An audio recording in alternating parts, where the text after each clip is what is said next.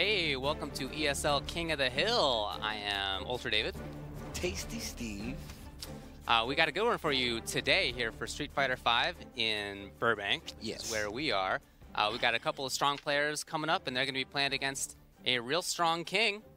Yeah, that's true. All the way from the East Coast, representing pretty well. I mean, if I do say so myself, you know, we talk about this whole East Coast, West Coast rivalry. Shine definitely one of those guys we need to look at, you know? You know, I'd love to tell you it's a rivalry, but I'm not sure it's a rivalry right now.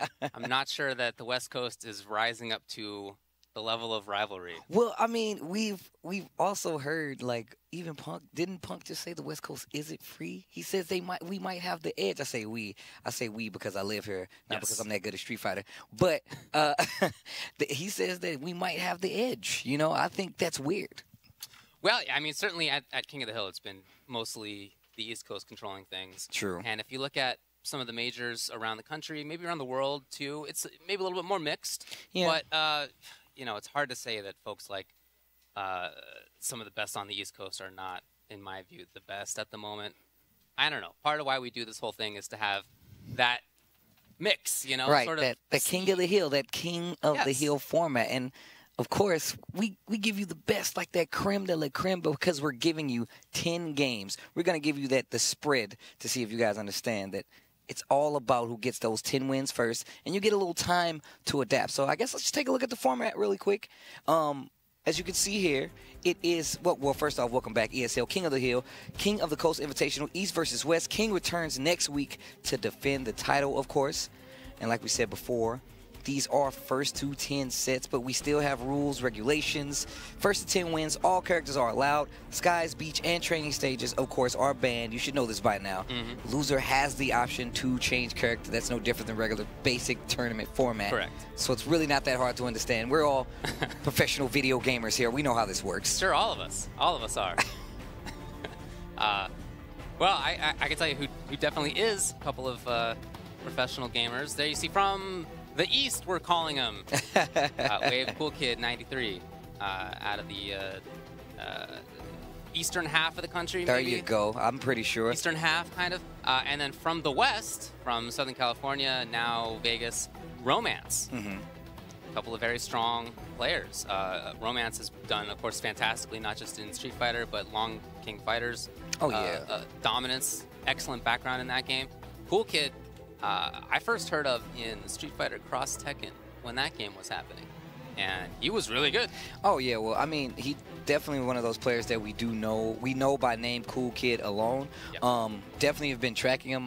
It's my first time actually meeting him, and going to be able to see him, you know, over a long set of games and how he adjusts. And, of course, Romance, no stranger at all to any kind of competition when it comes to the West Coast, because he did play KOF, like you said before. And I feel like a lot of the people here don't play KOF, so they're not as afraid of Romance as they should be. Me personally, I've seen him and played against him in both of these games. Yeah. I'm always terrified. So it's, For sure. It's definitely something to think about. I mean, it's not like he just started playing Street Fighter. He was playing in 4 as well. He's playing in 5, too. He's got a strong Karen. And then on CoolKid's side, looking for Rashid or Alex. Oh, yeah. Well, I didn't get to tell him this, but I am definitely a fan. I'm a big Alex guy, and I like to see people continually to play with Alex. Yeah. Considering, you know, he's so bad. A lot of people think he's bad. So it's like, I like the fact that he has that kind of range to play from Rashid to Alex. I mean, that's a pretty big field to cover. That is the top and the bottom, in my view. I feel like that's the top 5. In characters, and that is the bottom 5 in characters. So you got both. Hey, if you want to win matchups, you got one character, but you want to. You never know how those cards may fall, especially in the world of Street Fighter V. We've had our ins and outs, our arguments with Street Fighter V, but definitely a good spread by the way of CoolKid. Yeah, and with Alex, you know, it probably is true that he's on the bottom end of things, but he's rare enough and has interesting enough options that I think a lot of people don't really know how to deal with him, even though you might think, okay, I know he has these problems, he's got these problems, but what do you do? What's the V trigger? Well, like, what is that? I mean, a lot of people I feel still don't know that stuff. What are the media setups? Does he get a free dash and when not? Like, things like that I think are a little bit unknown if you're not playing against him all the time. Well, that's true. Alex is definitely one of those characters. He has his things that he excels at, but I feel like a lot of people look at it on paper and they just dismiss it. Like, oh, he's +2 here. I could just do this to get out of it. And then they fight him. It's like, I did what I was supposed to do, and he still got me, Yeah. So that's something to think about as well. He definitely has good situations. He's not entirely bad. I don't think anybody in this game is entirely a bad character. And like I said, he's unique enough, rare enough that I think he could catch people off guard. We'll see what he does. I'm not sure which one of those two characters he's going to go with, but I definitely expect Karen out of Romance. Well, of course, yeah, he's going to play Karen. I would like, he can hear me, I would like to see Alex. I really would like to see Alex in this matchup. You lose a game or two, switch to Rashid. Who am I to judge? It's first to 10. It's first to 10. You got a while. You got some time. Play with it a little bit. You got to spread it, Yeah. But, yeah, of course, Karen out of Romance. And then King of the Hill, Shine. Yes. Also going to be Karen. Yeah. Fantastic player. He did so well when he was here previously. He has done, of course, very well out in New York, where he's from, traveling around and has done well. He has such a strong, competent character in Karen, and the way he uses her, I think, is close to maximizing a lot of what it is that she does. A lot of the setups, a lot of the sort of tech side of it. I think he's right on top of all that stuff. Well, you got to remember where he plays, man. This is a next level battle circuit kind of guy. That's kind of like the shark pit, if you ask me. Sure. You go in there and you deal with it all. You deal with the smack talk. You deal with those mirrored characters. You deal with Yipes and them on the mic. You got to deal with that's an environment. I don't know if people understand how that works in the world of competitive gaming. And it's not like a big place. Oh, that's not. No, that is like elbows. If somebody's there. talking stuff, you can hear them even if they're outside. So it's really not that big a thing. Regardless, though, thanks for tuning in. Welcome back to ESL. So, yeah, all right. And speaking of ESL, please give them a follow over on the Twitter. That's twitter.com/ESLSF. You want to follow them to know when we're doing things, but also give them a follow because they have really cool clips that they put up. I don't know if you've seen those, but they'll put up clips of the cool things that happen, and they're always very interesting to see. Of course. And then, of course, you have the twitch.tv/ESL if you guys are interested in continuing to watch and take, be involved with us here over at ESL, as well as staying up to tune on our King of Hill format, as well as these players. We come in live every week, so if you guys are at all interested in that Street Fighter life, you know what to do. But if you like video games in general, and you like David and myself, and your Sajam and your James Chin, twitch.tv/UltraChinTV, 8 p.m. is, wait, I always do this wrong. It's West? Pacific time. If you guys are not aware. And we do that. We talk about video games. We give our opinions. You might not like them, but that's why you listen to us. You got to go take that and you argue with your friends about it at the water cooler. That's the way I see it. That's basically what we do. Is we're basically arguing with our buddies at the water cooler. It just happens to be in front of a camera on the old Ultra Chen TV. So give us a follow if you can. We are going to take a short break. When we come back, we're going to have interviews with Romance and with CoolKid. Be back in a bit.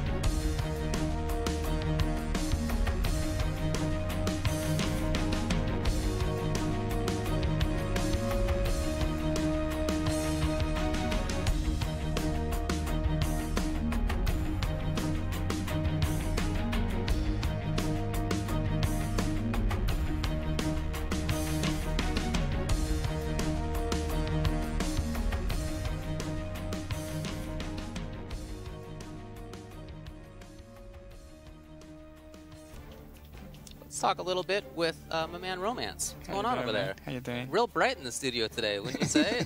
Yeah, it's a lot of lights. Yeah, we're outside, of course. You know, sunny day here in this studio. It is. You gotta keep those shades on. Right. Awesome, man. Well, hopefully, Cool Kid doesn't bring any garlic or anything like that to attack you as his vampire. So, how long have you been playing Street Fighter in general? I know a lot of people have you in mind as a King of Fighters player, but I know that's not your only history. So, what sort of explain to us what else is going on there? Just I tried a little bit of Street Fighter 4 at the end of when King of Fighter wasn't like main game at Evo, so I wanted to try it and compete, try my skills in a different game. So I was practicing with a lot of people Wednesday night fights. I think I was getting good. I was understanding the game. It was just a lot of tech that I was behind. Yeah. So Street Fighter came before King of Fighters 14, and then I'm like, okay, this is the time where I can like start kind of even with the top players. So the mechanics were kind of new. That helped me a lot. I started going to Wednesday Night 5. I was placing top 8 most of the time. I was beating like pro players, top players. I went to some majors. I beat people like Ryan Hart, people like Wolfcron, like Christy. I have beat these people before, so they also really cool people. They just motivate me to, like keep playing. They believe in my skills, so I have to believe in my skills. Well, I think there's good reason for you to believe in your skills, considering how well you've done in King of Fighters and other games. I mean, clearly there's a lot of talent there. Thanks. Yeah, man. So in coming in now against Cool Kid, do you have much experience against, Rashid, against Alex? Those are the two characters who he's going to be bringing today. Actually, I was at West Coast Warzone this last weekend, and then I was asking LPN to get a bunch of Alex matches. So he was explaining me like the setups, like when I can like check it out or that kind of stuff, my options. I also asked Alex Valle a lot, and then I played Bush install for like a few games. So I kind of like ready, but things can happen. Yeah. Well, for your character, for Karen, which of those characters would you rather fight against? I think Karen does better against Alex. I mean, overall, I think Rashid is a better character than Alex. Yeah. But I also think that CoolKid is a good Alex. Like you just said, he might have some tech, some stuff. But I feel like Rashid versus Karen is kind of even. So I'm expecting to see and fight Rashid. Okay, all right. And is there anything about CoolKid himself that you've looked into? Have you seen him play much in the past? I was watching a few videos on YouTube from him. A lot of people like his Alex. Sure. I think he's a really good Alex player. Unfortunately, it doesn't have like so many tools. But like you said, there's not like really bad characters for sure. It's a good character. Maybe not with the same options, but maybe Rashid is his best character right now. I don't know. Well, yeah, sure. I mean, I think that probably is true. But about Cool. I mean, of course, you're not just playing against the character. You're playing against the human. Sure. I saw a few videos of him playing a Street Fighter Cross Tekken. So I also see him play a few finals. So that means that he's good. He's a really skilled player. And then I'm just going to do my best and then give him the respect he deserves for sure. Okay, fair enough. Then say that you beat him. You go on to play against Shine. Got to think that's going to be a Karen versus Karen mirror match. Have you played against Shine in the past? If not, I mean, what do you think about him in general? I haven't played him before, but it's somebody that I actually admire, and then I think it's one of the strongest Karens in U.S. I'm always that kind of guy who asks about like setups, like mechanics. He's been really kind, helping me with that. He might play Ibuki. I hear he's been playing Ibuki as well. So maybe just to change the mirror match a little bit, or maybe Karen. I'll do my best. I think he's really, really strong. All right, man.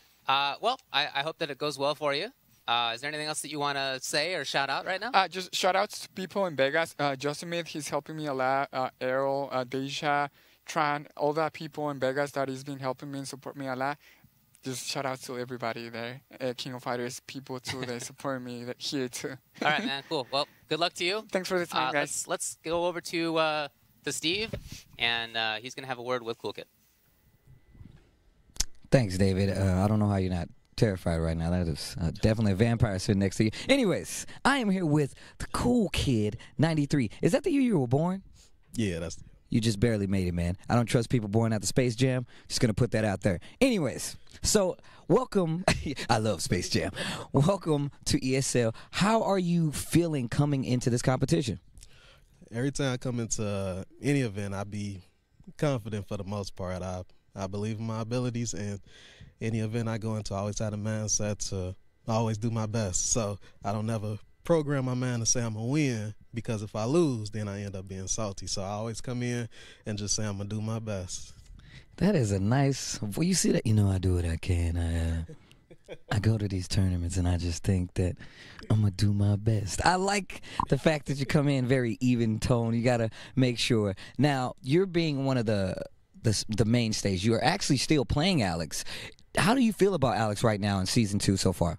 I feel like Alex is a shell of who he used to be from Season 1, but I'm one of the people that's trying to help make Alex great again, but he still got some dirt to him, but it's a bit harder to get it off compared to Season 1, but he still got a little bit of dirt to him. And plus, I'm not the type to play characters because they good. I play them because I connect with them and I like them.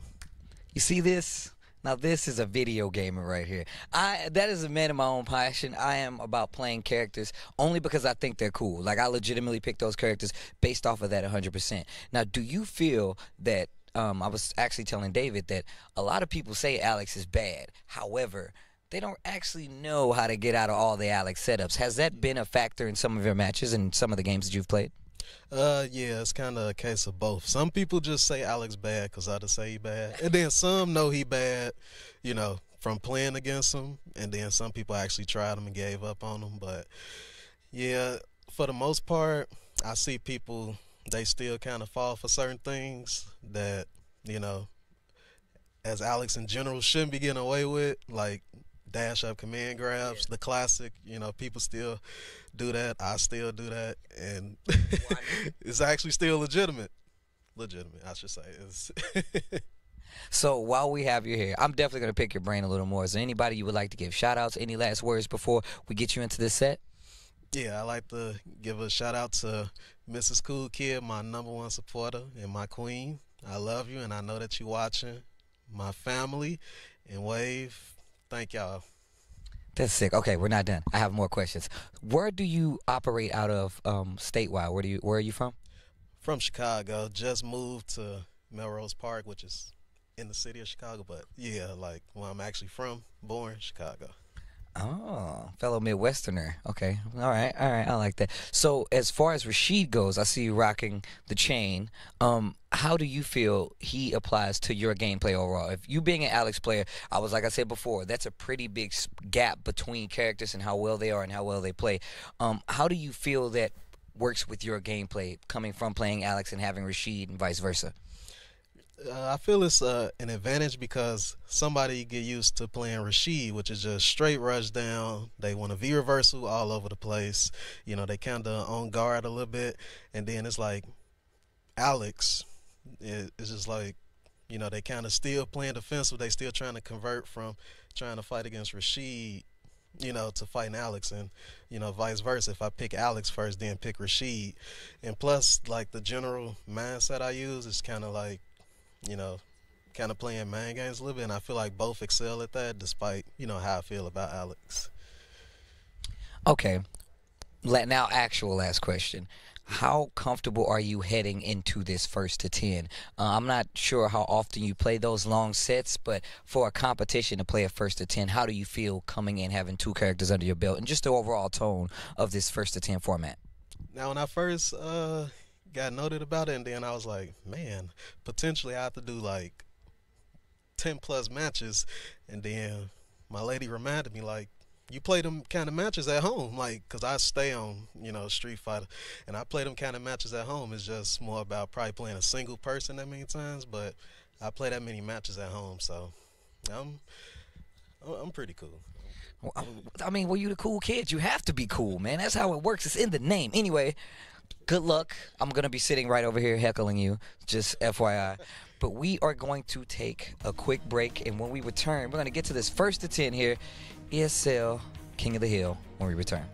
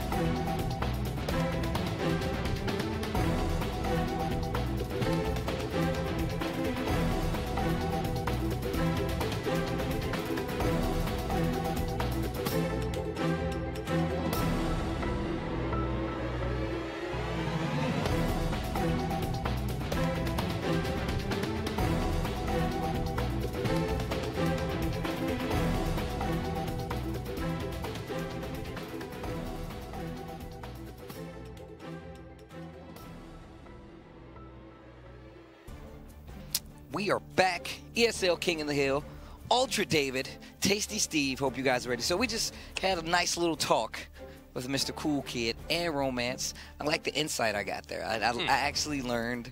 I learned enough.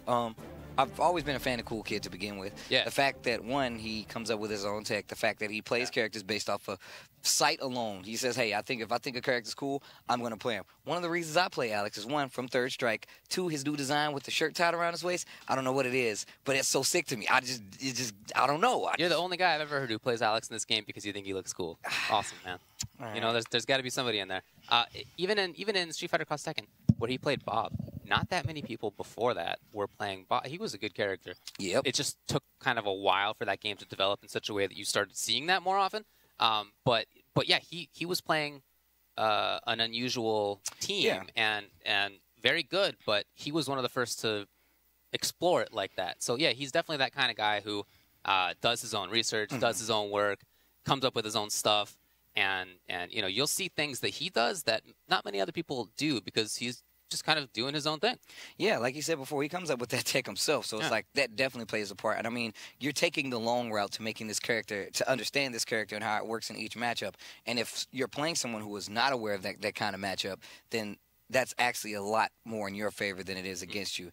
And you heard Romance. Romance said, hey, man, I've been doing this research. Of course, he does play on the West Coast, so we don't have as many, I say, Alexes, but, well, we have Rashid, which is fine as well, and we still have that overall, that big pond to pull from and have that experience. And I mean, you still have online, which is a major factor in that as well. Sure, and I was happy to hear that he had asked LPN for some advice. LPN, of course, did spend time with Alex. He still plays Alex, although not as a main. But yeah, it's good to hear that he was doing a little bit of research about that, and I know he's played against Bushin Style and Valle in the past, and still asking them things about Rashid. So definitely trying to do some preparation when it comes to playing against Cool Kid. So do you not think that was kind of a scare tactic? He was like, I play Justin, and, I was just talking to LP. Trying to talk himself up a little bit. Bushin Style, of course, who can forget about Bushin Style? I played all those guys, so this Rashid might not be anything to sneeze at. But he didn't say anything about Alex except for LPN, and we don't know how much experience he has with Alex Steele, so who knows? I don't know. We're going to go over to the players and see maybe who they're lining up with a little bit. Okay, we'll do that shortly. But yeah, there you go. You see Romance making sure that he's, comfy, not getting too many rays into his eyes there. Yeah, fresh out the coffin, That's right, yeah. But, of course, he's still maintaining that cool. Man, you can still see his socks, man. Look, no matter what you say about Romance, can't say that dude does not have a bit of swag about him. Just a little bit of swag. I am a fan, however, I'm with you. Cool Kid, of course, has a lot to prove. I hope he's about to make somebody know who. I told him he should go switch to the Kool-Aid Man brand and just every time he beats somebody, just say, oh, yeah, just bust through a wall. I think that'd be sick. There's a wall right behind him. He can do it if he wants. But, no, like you said before, it's definitely going to be interesting. Ooh. And... oh, okay. So, of course, man, is he using the Halloween outfit? I think that's kind of cool. His Halloween outfit is pretty sick. I should do kind of like that. They're going to switch. They've lined up on the wrong side of the character thing there, so they're going to get the one player versus the two player, all that stuff. While that happens, again, so talk with Romance a little bit, and he is he's a little nervous. You know, he's been in certainly very big situations in the past at some of the biggest tournaments in the world when it comes to King of Fighters. But he mentioned that this is not King of Fighters. And so he doesn't quite have that familiarity. He's not, doesn't have that confidence in the same sort of way. So even though he's been in these like very big situations in the past, he just doesn't, you know, he's not sure that it applies in the same way for a different game in terms of how he deals with it. So, like I said, I've definitely played Romance in both of these games. I know that he's an online player for Street Fighter as well, but I feel like the long set is something that's not going to bother him as much, only because he's used to making those adaptive changes to be one step ahead. 10 games is a lot of games, but I like to call them the microtransactions of those fights definitely kind of play out, especially for a player like Romance who plays those games where he's paying attention to all these things all the time. And once again, he still has that experience versus some of the best Street Fighter players on the West Coast, potentially the world. Sure. So I feel like he definitely has a leg up. I feel like one of the strengths that CoolKid has on his side is the fact that he comes from a place where he's playing, one, these lesser-known characters, two, he still has the experience to play them at a high level, and then we're still going into Season 2 where you got Rashid on backup, and a lot of people think Rashid's top 5 this time around. So, I mean, here we go. I mean, you do have a lot to, attribute to it. That's why I really like to see these games play out. I like to see the thought process that gets them from game to game, considering, blow-ups and whatnot, et cetera, et cetera. Definitely, yeah. I mean, there's going to be swings. There are always swings, right? Even if a set seems like it's a blow-up, I've seen 10 to 2s where there are nevertheless swings. I mean, maybe it's not a swing such that somebody starts winning, but you see little changes, these little... somebody's downloading the DLC of the microtransactions, and the other person's working on it. Yeah, that's always, in my view, the most interesting thing to watch for. No, like you said, that is correct. Romance is definitely an adaptive player, and I like to see him play in long sets. Like I said, I don't get to see Mr. Wave CoolKid play that often, especially in person, so I'm actually really happy to see this, and I want to see how he adapts in this matchup. With that said... With the Alex, so he's coming in. CoolKid, Alex, Romance, Karen. I like that he's starting with Alex because it's, I think, important to test whether your opponent knows what's up. And I really think not a lot of people know what's up with Alex. He does have problems. His footsies are not the best. He loses pressure when he gets certain knockdowns. His defense, his wake-up is not very strong. He definitely has issues. It's just, do you know how to exploit those? Well, I think one of the strengths that Alex has in this game is the fact that he does play, it does not seem like it, but I feel like he can play Street Fighter V where you have to dash in and take that initiative for some of the fundamentals or some of the footsie game of it. And I feel like him using dash up grab like that is definitely, look at this. It's so scary because playing in that footsies, see now, and look at that, using that standing roundhouse to get in a little closer. Nice reversal right there. He mentioned to us that command grab, dash command grab, that's not real. You don't get to do that for free. But he did it, and that's an important test early. Wow! Speaking of took tests. Off a nice chunk of damage. And we've seen a lot of people make changes to get rid of that mix-up itself. And that freeze-up right there is pretty telling of what he knows, what CoolKid knows about this matchup. Nice air there. I think just nobody expects that anymore. You don't really expect those Karen V-trigger stuff. But it did get a little bit better in Season 2. Look how much damage they had, like 3 exchanges, and she's hurting. She is bleeding right now. Yeah, she can't get hit very often, that's for sure. Oh, nice check right there with that crouch jab. I like it. She can blow that up. Nice block. Wow. Nice reaction block. Look at the damage. And nice speed reversal. Over the slowest of overhead. It's like 25 or 30 frames to start. 75 frames if you ask me. I saw the developer tool come out. This overhead. All right, nice sweep right there. I feel like Karen's biggest strength in this matchup is that she controls that footsie's range. I feel like that's kind of how it should go. Let's see if that is indeed how it goes. Wow. Oh, nice backdash there to get that roundhouse. I mean, that standing furious in combo. Oh, wow. Might be stun. Yes, I like that he went for stun rather than the damage there because he's going to get to seal the deal afterward. Assuming he gets it. Yes. Oh, wow. Didn't even have to use the rest of that meter. I like it. Yeah. So, okay, I mentioned the footsies as being a strength of hers, but it's not just that. Her damage output is giant. She can't take many hits, like you were talking about. You saw that life melt away. But when she gets hits, even if it's against characters with more life, it still hurts. It still counts. Yeah, no matter what. That's the thing about Karen. I feel like across the board, damage-wise, she's still fine. You have that opportunity to do a lot more damage than most. I mean, but that's no different than Alex. Instead of taking that combo damage, all you guys do is hit you once or twice and put you in a situation where you're fearing that dash up hyper bomb. And look at this pressure from CoolKid right now. And I like the fact that CoolKid is okay with operating with no like V-beater at all. He's just like, you know what? You got to get close to me. He's a warm-up. Wow. Nice check right there. Of course, that is not uncharacteristic of Romance. Oh man, I love these.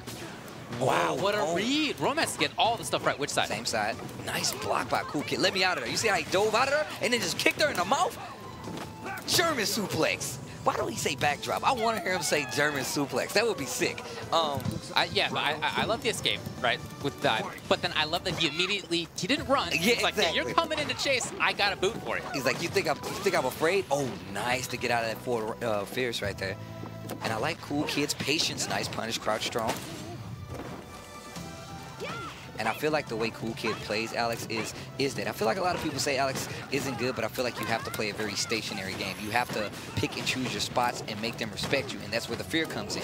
Dash up, throw, dash up, command grab. To try to get out of there or just stand up, you get in there with crouch short, and you keep that pressure going with these tools like this. Whip in front of your face, and look at this hyper bomb. It's not over yet, though. Nice block.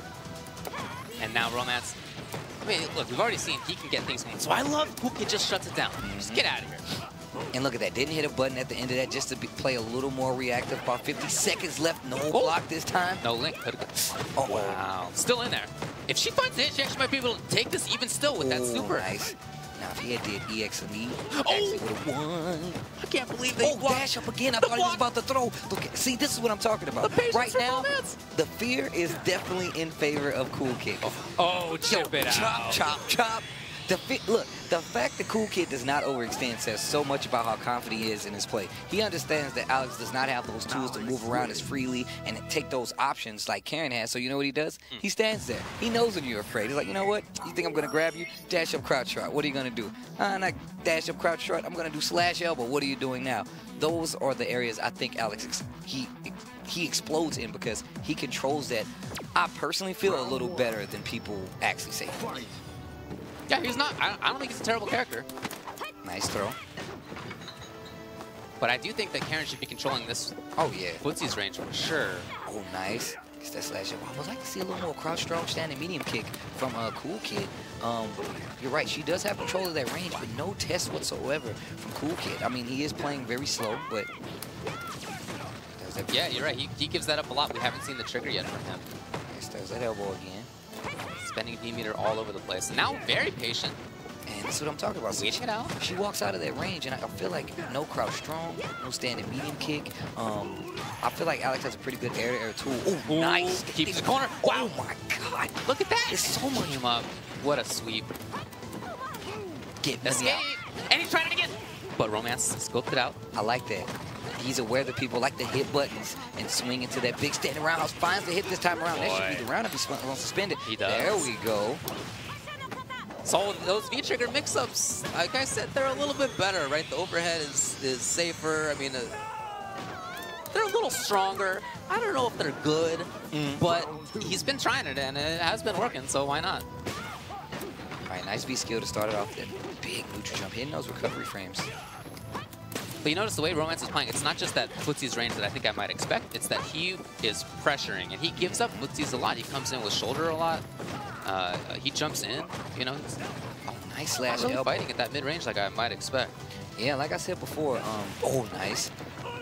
And he's trying to catch that backdash. Oh, I don't know if I'm too sure about using that V-reversal right there, but there it is. This is what I was talking about, those situations. Nice chunk of gray life right there. Oh, nice throws the V-reversal. We saw that CoolKid was committing to that pretty heavily. There it is. I like that jump setup. Nice button there. Oh, this time using the standing strong. Oh, stun gun headbutt. You see the sparks come off her head? That's money. Just knocked money out of that little girl. Anyways, if you can get that stuff going as Alex, then you're a lot stronger. The headbutt or the stomp, I mean, those are not safe options. No, They're not terribly damaging options. You got to charge for them. They're not that great. But if you can make them work, then that's a huge benefit to the rest of your game. Oh, yeah, most definitely. Nice standing jab right there to stop the anti-air. Another hyper bomb. Yo, he's going to warm up in her face. I can't believe he did it right there. That's crazy. What a read. He just put mittens on in her face. It's cold outside. I hope you're ready. That's how confident he was. Nice buttons this time around, not committing to going for that hyper bomb. Nice V reversal to get her off. Warm up. Ugh. If you get hit, don't get hit. Look at that gray life. Oh yeah, even that's real. And look at that fake out with the grab just to make him, you know, twitch, maybe react a little bit. Romance has full critical art though. Yeah, very dangerous. Oh, he comes in for the grab. Oh my God. That should be it. Oh, he doesn't build super. I thought he was gonna. What? Oh, went for tick reset, and this isn't bad. This is so bad right now. If he hits him this time around, he definitely knows he's gonna probably go for that mix-up again. Looking for the buttons that didn't come. CoolKid's been patient each time at the end of these rounds. Warm up. Oh, two boots. Nice backdash right there. Oh, punish! No, alive still, but maybe chip. Didn't go for it. CoolKid lives. Wow. That was probably gonna be into super, I would think. I don't know. I don't know. It looked like he tried the neutral jump to get out of there. Just a little too late. Gets clipped and knocked back down to the ground. You see that Romance, big sigh right there. It was a little scrambly. And this is what I mean. Like, even though, look, even he said, he's like, yeah, man, you know, I feel like Alex in this matchup is not going to do too well. But even he has to respect the fact that, like, look, if he hits me, this is going to hurt. Yeah, definitely. Nice jab, jab. There's the flash. So important to show the Alex that you know what's unsafe. It's true in every matchup, but for Alex, who has unsafe options like that, you got to make sure he knows. Big boot. Like I said, I like the back game. All right, stand up, a standing medium kick, and just not even testing it at all. Just holding back, goes to neutral jump option, trying to get Romance to swing into something. Double crouch jab in the EX chop. Oh, the double. Oh my God. How much more? Oh, the knee. Lives though. Will there be anything? Jab? Oh, but this Romance guy is kind of crazy. Tries to do a chop in the middle. He has super. He is so dangerous right now. If he can find a hit, he does. Yeah, he is a master of confirming shoulder into critical art, and I don't know how well CoolKid's gonna be able to receive that, considering like that's scary something to deal with. The fact that he had critical art and he turned up the offense because he knew in the scramble if he found an elbow, he was definitely gonna go into critical art. And he did. Still learning a lot. I'm actually really impressed. Still. Nice crouch strong right there, and I feel like he should test a little more with that crouch strong. Like I said before, just hasn't been that much in the way of footsies from Romance. So I think you're right that Alex can play against that. See right there, you do crouch jab, crouch strong. Let him try to move a bit. Maybe if they try to backdash standing medium kick to keep him honest, you know. But she does have buttons that she can retaliate with. Oh yeah. Nice. Snap V triggered. Wow, sweet. Very confident stuff. Here comes Alex now. Oh wow. Thank you. He's gonna try to hop out. Use that forward. What? Wow. Yeah. Super's on deck. Oh, God. Big crush counter. Reset this time. Catches her with the crouch spears. The big chop. Yo, the steamroller. Get in his ground. Ugh. That touchdown. You see the spike? Look at her feet. Yeah, that is not natural. The way her foot. No, he had to hypnotize her. You got to act like a board. Nice. I like him using those stomps as fake outs. Yeah, they're pretty good on whiff. And you saw that's what he did last time. He's using the fact that Alex's spacing is a little suspect. So you get people to try to dash in, and that's why you saw that roundhouse mix-up work after the jump down fierce in the air. Because you're like, oh, I need to get closer to him. I don't want him to be able to move around. So it worked out in his favor that one time. But Romance was like, you know what? I'm not doing that again. Oh, standing big fierce. Stuff. Yeah, right very scary. Yo, just walk up, jab. Nice chop. You can't touch that. Oh, there's a throw. But we've seen Romance make some crazy comebacks. Yeah, again, the damage output that he has on deck is so big that even if you're Alex, you can't. Oh, punch. No. Nice reversal there. Oh, two boots. That's Yo, it. Yes. Yes. I love. So CoolKid, he has seen now how Romance deals with the stomp. Sometimes he's got the punish. Once he got the punish. Other than that, hasn't really done so. And I like that. I mean, look, EX stomp. You have to respect as the defender. Romance respected it, but CoolKid blew him up for it. you can't always respect. It's important to know what's safe and what's not, but that's not to say you should always just stand. Well, we see that, like, I'm looking at CoolKid, and there's a lot of situations where he'll take that short, like short jab or crouch short, just to see how you react. That's why that last mix-up worked. He did, you know what, I'm going to do crouch short reset, and you're going to jump out because I know you don't want to deal. Does crouching fierce catch ends with the knee? Those are the kind of things that you look at. Oh, wow, I cannot believe that she made it under that leg like that. That is definitely good info. All right, flash chop. Sorry, dash elbow. So now it's on CoolKid to make this comeback. Romance trying to back off what he feels is a safe range. But again, he hasn't really played at that mid-range. He's been away or he's been up close. He hasn't been in the middle, and it worked out right there. And he tries to anti-air with that standing roundhouse. The thing is about that standing roundhouse is it's pretty slow. So if you're trying to use it as an anti-air, you got to play a little further back. But that's when you use those normals. That's why you use that standing strong. That's why you use that standing medium kick once again. Dash up, hyper bomb. Ooh, nice fierce chop right there, yeah. But that's still good, though, and it does a nice little chunk of gray light. Sure. Nice movement, and I like him holding back and then using the chop to get in. Romance is not tested. Looking for some damage there. Again, it's this back and forth style. Nice cross under. EX chop. Oh, yeah. Got there beforehand. Needs to be really careful. Uh-oh, and I know what CoolKid's like, what are you doing? What makes you think you're just going to walk up on me like this? Crush counter, and that's what I was talking about. See, now you see him hitting those buttons when he's a little closer. I mean, do not get me wrong. Karen definitely does have faster buttons. But if you take a trade, look at the gray life. That's so much. Look at the life. Yeah. Slap. Sure. That's, like I said, that's nothing I'm looking at nothing but fear at this point. I'm looking at the fact that he's able to walk forward and just hit those buttons, and now you see that game kind of expanding. It's ballooning a little bit. Playing at this range, you see CoolKid able to hit buttons, but Romance not deterred. Did not slow down at all. Don't do it. I thought I think the chop would have worked. I mean, a round it might work have, right there. Oh, the miss. Oh, wow. What a backdash. I love it. Getting back to safety. Again, though, I really wish the Romance would play at this range a little bit more. I feel like that's such a strong spot for the character. Mostly giving it up. Tried it. Too far for the punish. Shoulder again, trying the backdash. Here's after that. Can you believe that? He's been looking for the backdash. And that's what I'm talking about. He's able to see that fear. He's seeing those options. That's the beauty of a 1st to 10 set. Now you see what he's willing to question. Nope. You see what he's willing to try and test, and it's not working out. Nice crouch short. Like I said before, the fear. Look, Alfred said this in Batman vs. Superman. He's like, that's how it starts. The rage. The fear. Now he's hitting buttons in his range, crouch short, he's opening them up a little bit, and that's when those tick throws become a little more valuable. Yeah, and even more so because you're playing a grappler. And those hyper bombs, they hurt. They really hurt. All right, here we go. Yeah, I love how he's been preying on how Romance plays. He's adapted so quickly. Even that forward fierce after the shoulder.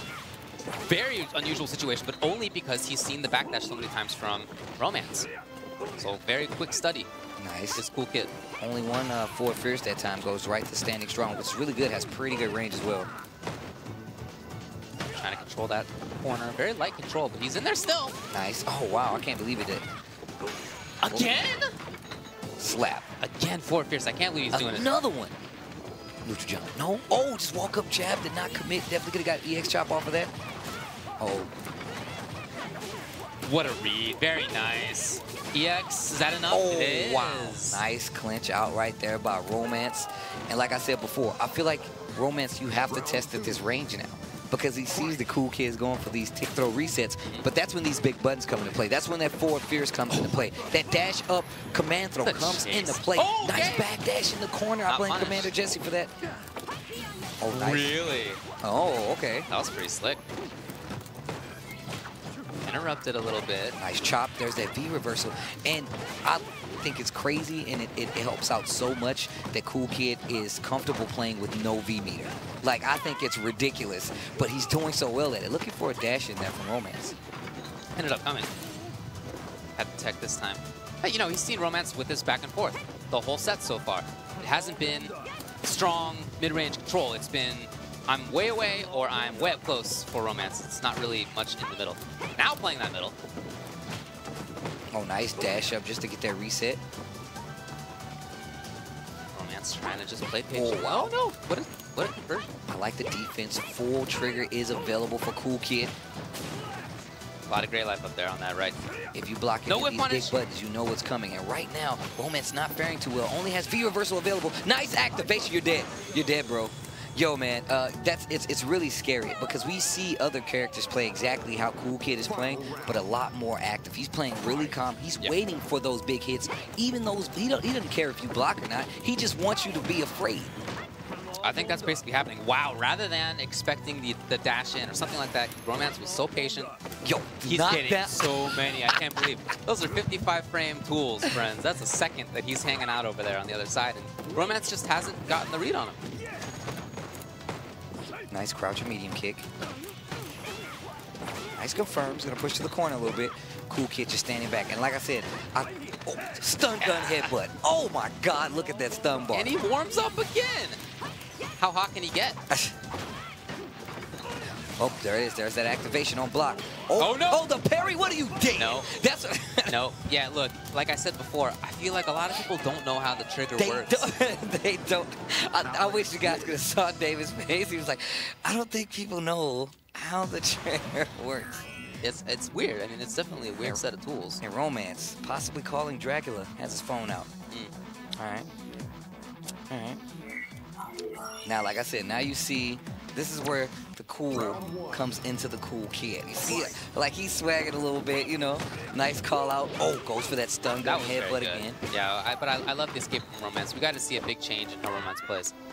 His I don't know. I don't feel like he's dealing with the blitzes range that well, to be honest. Yeah, I mean, and he's been allowing CoolKid to play this very patient style, and able to warm up right in his face. Right. Like, yeah.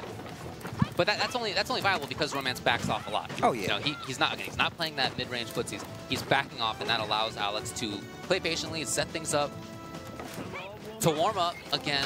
Oh wow! Just walks forward, gets a crush counter because of course he tried to hit a butt. Big. Oh yeah, my God. Oh, nice. Reset. Nice. I respect it, and there's the activation. There's a throw. And Romance has enough meter where he can kill, but Critical Art is available for CoolKid. Tries to do dash up. EX gets the knockdown. Oh, stun gun again. Oh my God. Into what? Dash into ground. It's a dash up. What the? Amazing.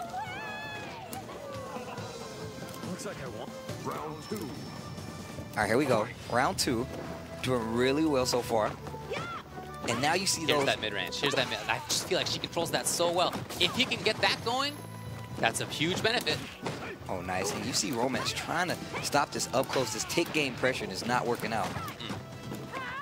But if he can keep this cage up, then that would be huge for him. Nice standing medium kick. That's a good spot. At that spot, Alex can't get a free warm-up. He shouldn't be able to move forward safely. And I feel like that's what you were talking about before, playing that neutral game, and you don't feel like Romance was controlling enough of it in certain aspects. Yeah, I really think that's true. But he, you know, of course, as you said, he's a very good adaptive player. I think that probably is something he's going to be thinking about. Well, you can see those reactions coming in. Some of those jump outs, there's a lot of people that would not even test those jump out situations. And double parry! Yeah? Yo, the double, Huge damage on deck. Nice wake up. Just cut out of there. Oh, yeah. What a that noise, that was so good. You heard Alex, he got super hype. He was like, yeah, like it still got hit. Yeah. Man, Alex is cool, man. How do people not like this character? Nice bend around. Definitely fun. Oh, wow, EX flash chop. Very nice. contained. Dash elbow. Man, he is using that so well. Like full screen, like dash elbow. Nice. Look at that. Great light. And then goes right for 2 boots. Yo, the damage. Oh, wow. Crouch, medium kick. Just to see if you were paying attention. And he saw you hit that panic button. Now you wasted meter. And you lost the match. Yeah, yeah. And so, again, in that mid-range, I love the special move usage. I love that CoolKid moves around with Stomp, moves around with the dash elbow, and he moves around with that huge jump roundhouse. Look, Alex might not have the best footsies, but I feel like his jump roundhouse is one of the best jump-ins in the game. Oh, yeah. The range on it is crazy. The range? The fact it's that literally stun? almost full screen in matchups. Like, he'll jump and get a jump roundhouse and full screen. So if he doesn't stick it up, then you really can't, there's nothing in anti-air. But if he does, then he's in there. So that is a good tool against a Karen who doesn't have good anti-airs. Oh, there you that go. jump roundhouse you were just talking about. It's very important, I think. Getting that EX off your stun. Man. Warm up. He's getting together a little here. meter. Bomb. Man. And like I said before, this is where Alex excels. The minute that he knows that you're afraid, he's like, oh, well, now I know that you're not going to stop me from doing these tick setups. And even so, Romance is still trying to hit buttons. But look at the punishes from CoolKid. The gameplay is so solid.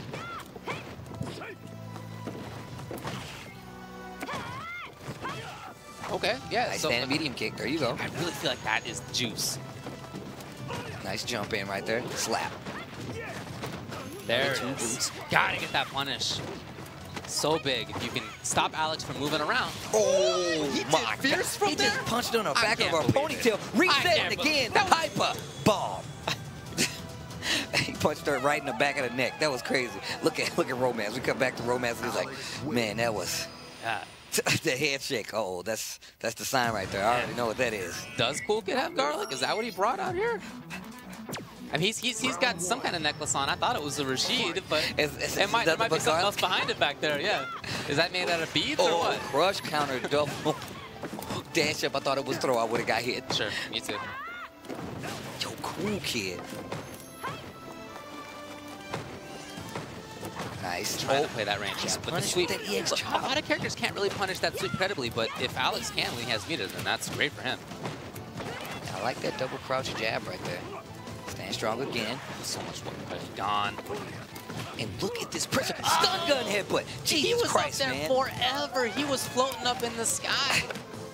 It's the flip, man. It's so majestic. He's a big guy. He about like 6'3". Somebody did a flip like that in front of you. You got to look at it, man. It would be That happened to me in disrespectful real life. not I to. would. Hard to know how I would react. Man just jumped 13 feet in the air. Oh my. A lot of red. Oh, I thought that was stun gun headbutt. Different Nice. side this time. Romance trying to get something started. Burns a little meter. Nice push back and still gets that positioning. Finds that crouch. Oh, but CoolKid takes advantage, and he gets the dash up grab. He's so close to sealing this. Oh, you That hit him, might- but no, out of the air EX. though. No, just regular. Had to get that better situation afterward. Tick throw in the hyper bomb again, and the spread, man, is happening, man. You're seeing that gap increase. You're seeing that gameplay start to take its toll. And like he said before, he said his wife, aka his queen, told him that he does this all the time at home. Like, well, you know, I'm not used to playing a 1st to 10 set, especially in a competitive nature. And she was like, hey, you actually do this all the time. Take your time, learn that matchup, and get comfortable. And you can see right now, what is it, 6-2 right now? I think it's 7. Round 1. Let's go back to the game. Yes, 7-2. That separation really is happening. There's no doubt. You see, he just tried to anti-air, that crouching pierce. But she doesn't have the best anti-airs, and that jump on us is amazing. So, got right through. But there is a range where that can work. You know, you can play safely outside of that range without playing so far away that Alex gets, you know, doesn't get free V skills. See him just building that V meter from over there.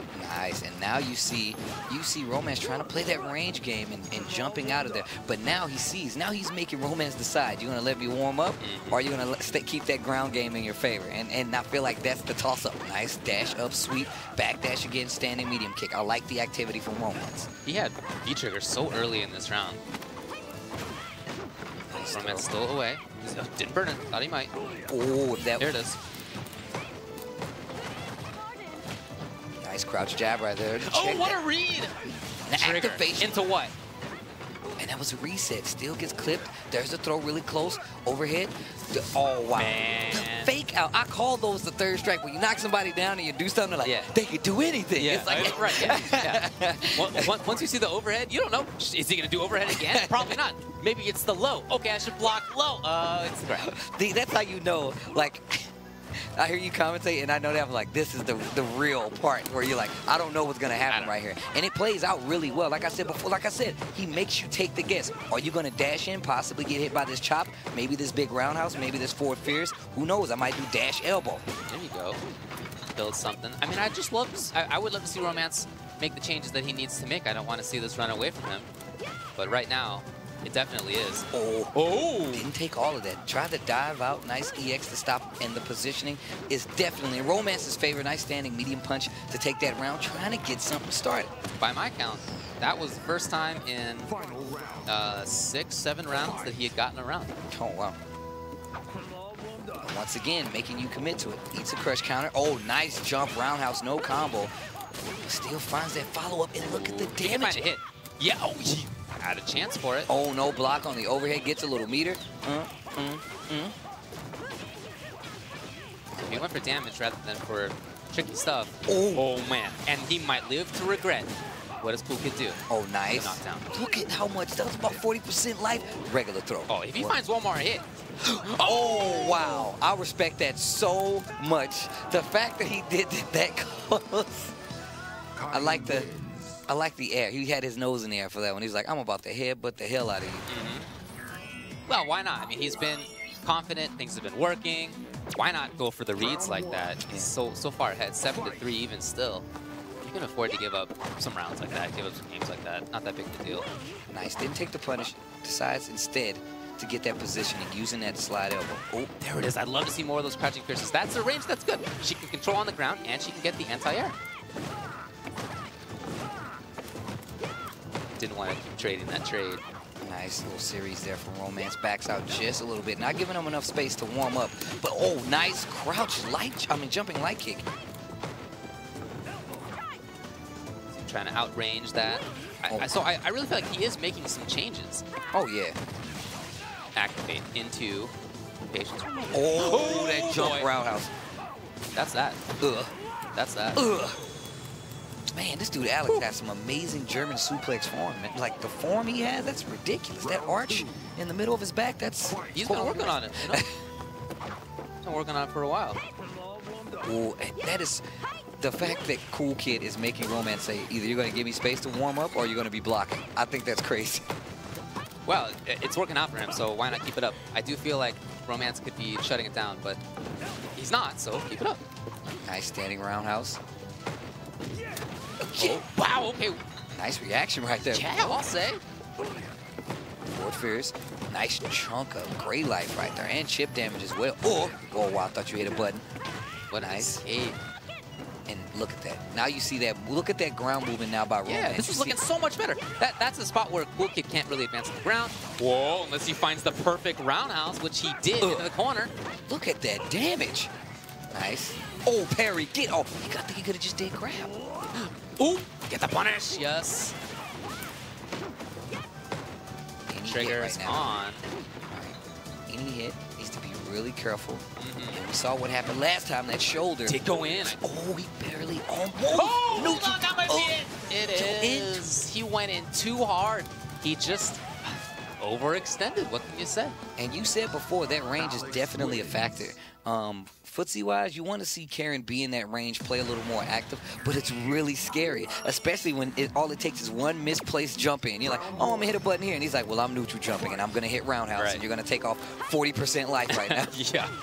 Nice stand medium kick again, like you said. He challenges back with a stand roundhouse of his own. Yeah, I do like how he weaves in the stand roundhouses in there. I think he makes good usage out of that. Nice movement. And still at that, well, he backed off. CoolKid knew exactly when it was coming.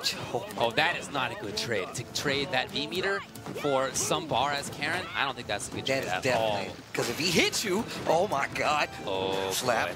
Look at how much damage he almost only 2 hits in the throat. Another. Oh, Romance is right. Didn't get the punch right on time, but at least he might get out. Oh, nice check right there with that standing jab from CoolKid. Like the defense not spinning that V-meter this time. We saw him so active. What a boost. Oh, my God. Dash up. Nice back dash right there. Has a little meter. The okie doke. What a tricky fella. But now he's kind of back to the situation of, you know, what do you do in this neutral? Dash up throw. That's what you do. You do dash throw. No anti-air. Oh, big jump, roundhouse. Probably, he definitely was not expecting it because I think he went for throw in that situation. So he did not think CoolKid was going to jump. Oh, CoolKid has been mixing in those jumps really well. I mean, I love how CoolKid plays with Alex. I love his neutral game with the character. I don't think it's terribly strong, but the way he, you know, recognizes what his opponents are doing allows him to play it nevertheless. Yeah, he can play a very slow, cautious game because he knows if he does hit you, you're probably going to be in a lot more pain than he is. And we can see the comeback potential of the character. This time goes for that big 17-frame roundhouse. Did not work out in his favor. Oh. I think that's a good choice. You know, just try to get away. You just don't want to be close to Alex. If you can control things, oh man, didn't get there in time. Nice activation. Opens him up. No confirm from that crouch short. Oh. Goes for a normal throw again. Trying to push the... That was stun gun headbutt. Yes. Did not take Still the has combo. advantage. You got to get... Oh, boy. Oh, he went back in and he sees it. No? I'm going to have to see the tape on that one, Steve. Wow, I just decided to use all that critical art meter to take the match. Well, you got to do what you got to do. I would definitely want to see the tapes on. I would love to see a replay, though. Yeah, I'm gonna go follow twitter.com/ESLSF to check out the clip they're gonna put up of that, because you know it's gonna be up. Here we go. Potential last game. Yeah, you know, I like some of the changes Romance has made, but might have been too late. And then there are moments like that, you know, unfortunate last round, just kind of was thrown away. Again, I don't even know what happened. Something went wrong in there. That scramble was crazy, but I felt like it started when that last match where he did not expect Cool Kid to jump and he committed to throw. And he just ate a jump roundhouse for no reason. I felt like those scrambles have now been in Cool Kid's favor even more so. Nice crouch fierce. Yeah, I feel like that's such a key. These rounds are looking exactly how the last rounds looked, though. Like they're all playing out the exact same. Yeah. Moving forward, though. Nice boots again.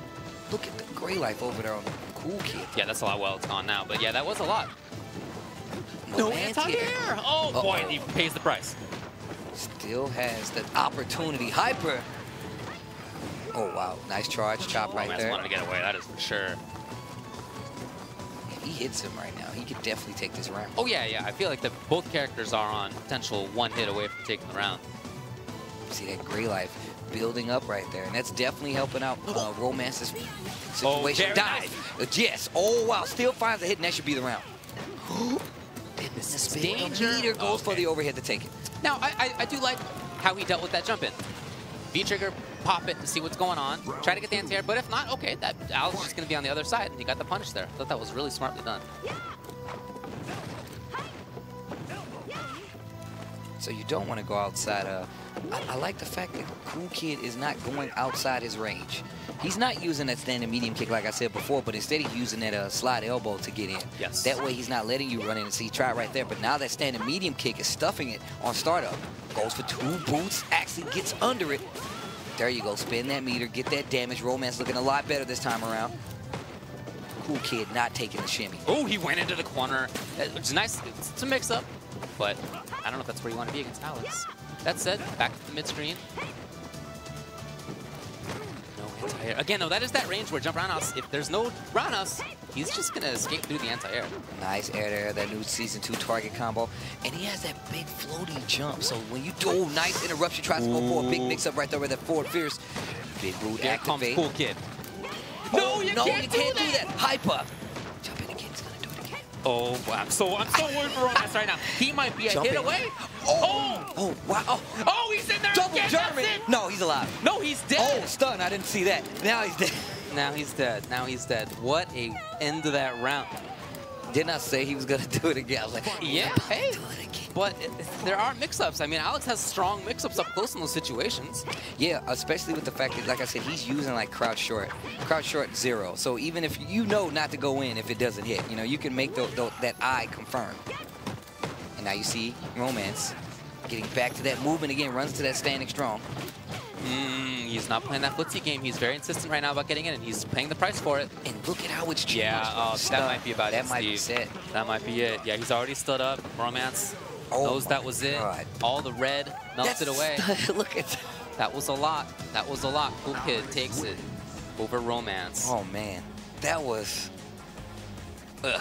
Yeah, look, there were some ends of those rounds where it just felt like that life flew away. It could not get away fast enough. It was just... He turned into a set of bats, and he just flew away. Oh, the Dimitri, he just flew off. Yeah. So unfortunate for Romance, it didn't go how he wanted it to go. I think that he started to do some things that were good towards the end. Just hanging out at that range where he could harass with stand medium kick and get the crouching fierce anti-air. But we didn't see that until kind of later. And even when that was happening, there were some ends of rounds there where just CoolKid had the good mix-ups, and what do you do about that? It was very much kind of like a snowball effect. Because if, like I said before, it starts with those small, like, tick throws and whatnot, et cetera, et cetera. And if you see what happened, he gauged it. He was like, how many times am I going to hit him with this crouching short? How many times am I going to interrupt him with crouching jab? Now he's going to try to get in weight. He sees that I'm going to keep that advantage. Now I'm going to do forward fierce to see if he tries to jump out. And it worked out a few times. We saw him catch him with standing roundhouse a few times. But the minute it didn't work in most instances, it was always a grab from CoolKid, or else he just stopped. You know, I think that was one of the telling factors in that set overall, and that fear definitely played a major part. Yeah, as it went on, especially towards the middle, and maybe like middle, and until those changes we were talking about that Romance made, he did such a good job of just, figuring out how to play against Romance. I really feel like he did an excellent job about that side of the game. So we'll talk about that stuff. We'll have some words from the players. When we come back, we're going to take a quick break. Be back with us with that soon.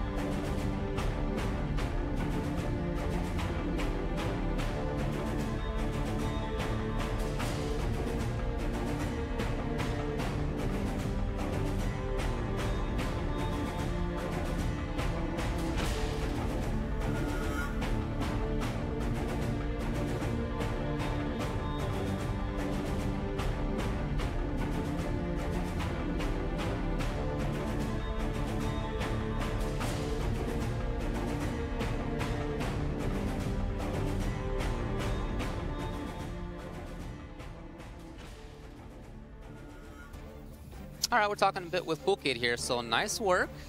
Thank you. You went with Alex, and it paid off. Before we talk about the rest, why go with Alex? I always seem to write off Alex like right away, but something in my heart just told me it's 10 matches, so give Alex a try instead of just writing him off and picking Rashid right away. Okay, so if it had gone poorly, would you have switched to Rashid then? Yeah. Okay. Yeah, I would. How many games would you have given Alex? I was going to get 5. Oh, yeah, okay. Yeah, just half and half, give both screen time if one messing up. Okay, all right. Well, I mean, it went well. At the start, it was a little bit back and forth. You guys were 2-2 at one point. Mm-hmm. But then after that, you was up to 7-2. So you had these 5 games where you figured things out. And not only 5 games, but by my count, he won 3 rounds throughout those 5 games. So what changed between when it was 2-2 and when all of a sudden it was 7-2? When I started playing him, like I watched his videos before we got here, and I noticed he was more like just a solid Karen, kind of space you out with the standing medium kick, sweep, and stuff like that. And once I established that he can't sweep me and I punish with EX chop, he was looking mainly for, standing medium. And that's why you probably noticed sometimes I just dashed up and did a sweep because he wasn't looking to block his feet. He was just trying to keep me out with standing medium kick. Well, I mean, even on top of that, it seemed like you just had a real quick read on some things, real quick study on some things. He did, Karen V-trigger, punch, backdash, or shoulder into backdash, and you had forward fierce to punish the backdash like the second time that he did it.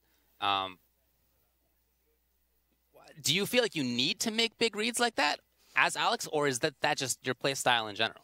As Alex. As Alex, or is that just you? It's kind of a combination, but you gotta kind of make those reads with Alex. Like people know that, the shoulder with Karen is plus, or it's safe enough that you can't punish after it.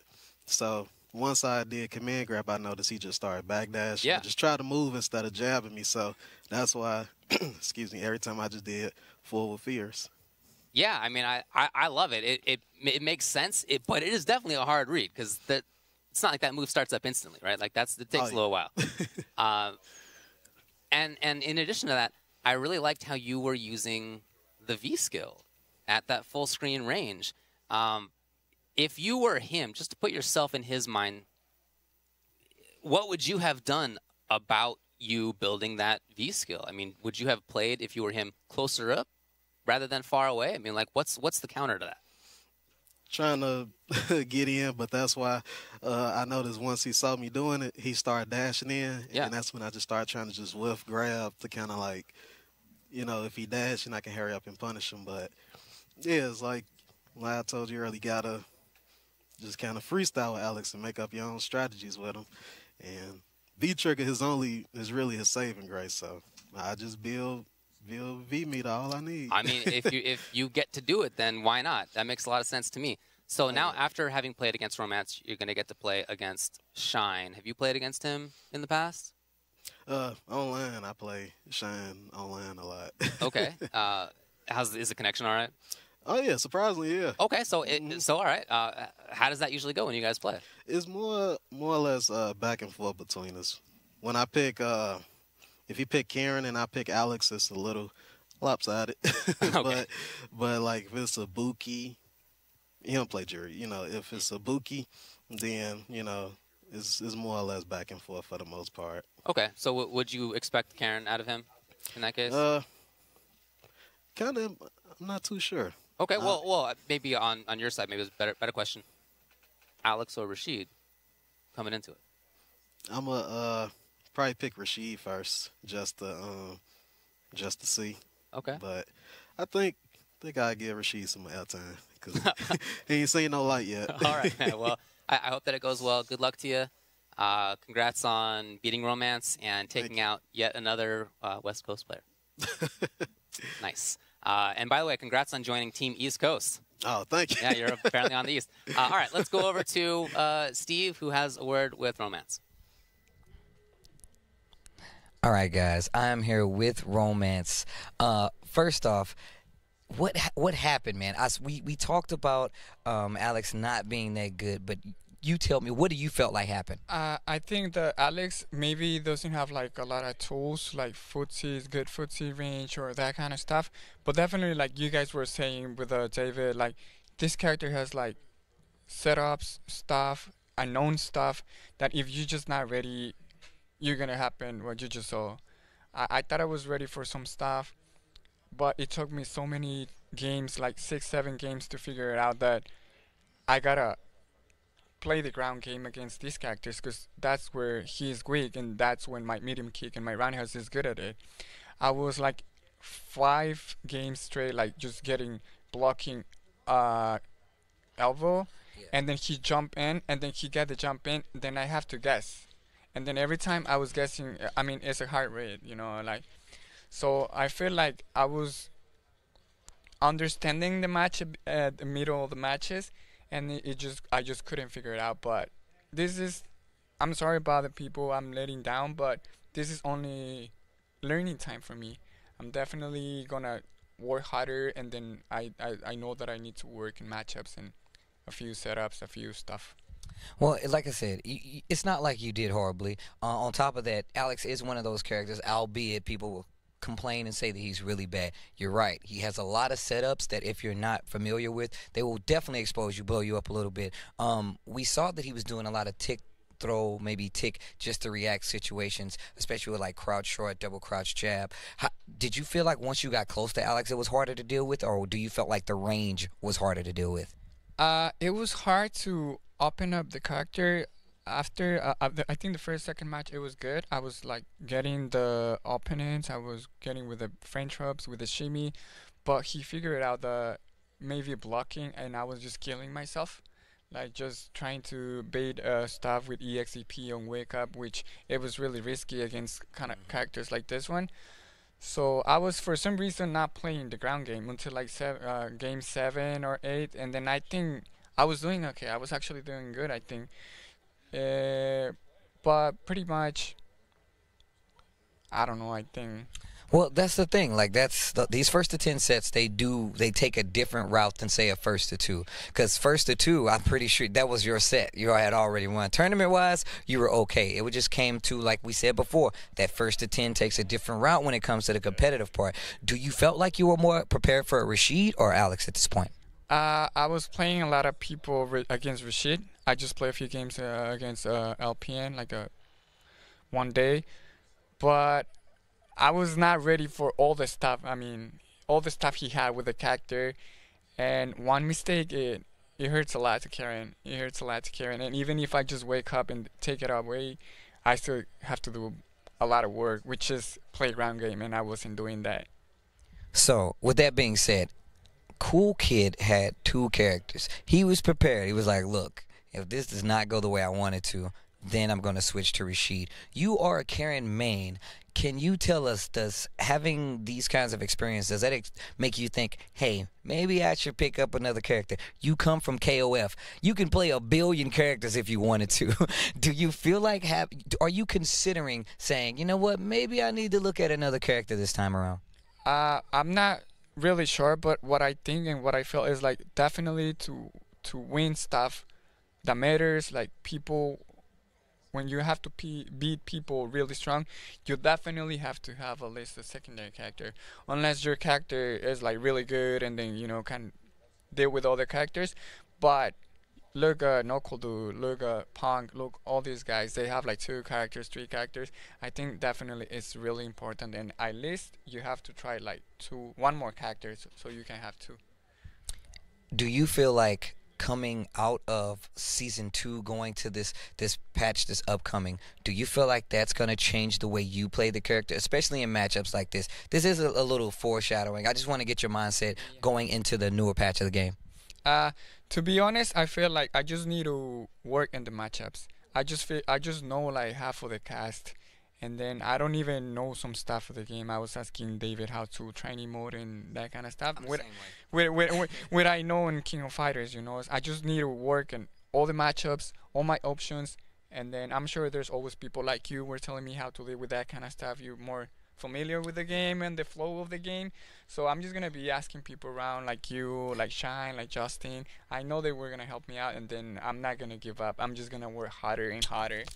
Well, first off, let me say congratulations. And before you know I'm a big fan of yours. Before we get you out of here, is there anybody else you would like to speak with? You know, shout-outs?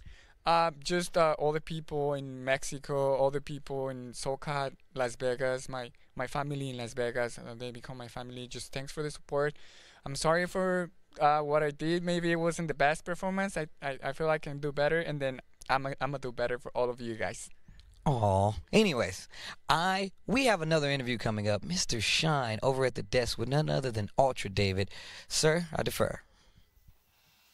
Thanks, Steve. By the way, I think it's real smart for him to hold the mic with the hand that doesn't have all the beads on it. That way, we can at least hear what's going on. He'd just be making too much noise otherwise. So there's so many of them. Nicely done. Yeah, I tell you. All right, so you're back here. Yes. What's up? As the king. You have a chance now to play against CoolKid. He mentioned that you guys have played online. We have. What's your sort of thoughts about him as a player? What do you think about him as a player? He's super aggressive. I don't ever want to let him like get momentum. So he's one of those guys where it's like as long as I like calm him down, then I can like it's not that bad. But like if he ever gets started, it's so bad. Like when he gets started, like and it gets bad, and then like I realize that like it's like a snowball effect, and it's only getting worse. So it's like I definitely don't want him to get started. So what do you do to not let him get started? What's your game plan? Oh, I force neutral like all day. Okay. I'll force neutral. I'll like mix up my defensive options. I'll just make him constantly like force himself to guess. You know, I'll really like slow down the match as much as possible, and then once I get started, I kind of like end it before he even gets a chance to think. Well, okay. I mean, you have a lot of damage output with your character over there. Karen or Ibuki? I guess I should ask first. You know, as I'm standing up here about to play in like 2 minutes, I don't know. Oh, yeah? I have no idea. You're still okay. All right. It's going to be a game time decision. Yeah, I have no idea. Well, which one of those characters do you think does better, or which one are you more comfortable playing against him with? You know, I actually don't. Probably Karen a little bit. I feel like So it's weird because like they both have tools that I kind of like to use against them. Okay. Mainly against Rashid, like there's just certain things that I really like about each of them that they have. Like I think Ibuki deals with, well, number one, she has more health. She has better anti-airs, and she has, she has certain tools to help me deal with him in the corner a little better. But then Karen has like, straight up neutral. Like I can really stop him from, just whiffing crouch fierce all day. So, they both have like their pros and cons, so that's why I'm like so undecisive, like even right now. Hey, I mean, you got 10 games, right? Yeah, no, if you pick one and it doesn't go well, then you can switch. Yeah, that's the great thing about having 10 games and not a 2 out of 3. Do you know? Well, I guess you're not even sure which one you're going to start with. But how long would you wait until you feel, this is not going well with this character? It depends on how bad I lose. Because if I get destroyed the first game, it's like, all right, that's it, it's wrapped. I'm not going to waste any games. Like I have 10 games, but it's like I don't want to get in that mentality where it's like, all right, I have 10 games. I have 10 games. I have 10 games. And then he's like 9-0. I'm like, right, yeah. I have one game left, yeah. Have you guys played in a sort of competitive situation, or has it only been online? It's only been online. This is my first time meeting them, actually. Oh, okay, person. cool. Yeah, so it's only been online up until this point. I've seen both the Rashid and Alex. I've seen both the danger of both of them. Yeah. I have experience in both matchups, but, they're still dangerous, so. All right, man. Well, I hope that it goes well for you. All right, I hope so, too. Good luck to you. It's going to be somebody from the East Coast who wins here at King of the Hill again. Quote unquote East. Yeah, I mean, he's the North Coast of Chicago. Yeah. It's cool that they brought him out here, though. No, it's so cool that they brought him out here, though. Totally. And extremely strong player. Yeah. Very happy to see him here. We'll get to see him play against you in a little bit. We're going to take a break. We'll be back with that shortly.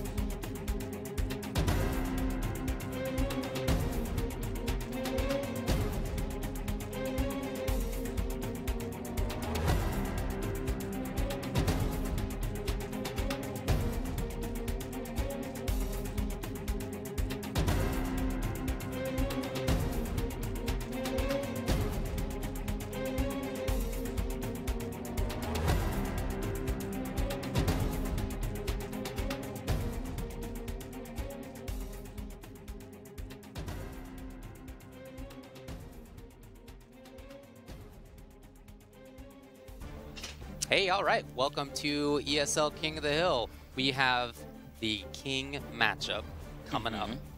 Shine returns as the champion. And we have CoolKid, who, technically East Coast, I guess, today. But from Chicago. And, yeah, it is the North Coast. They're up there on the lake. They got beaches.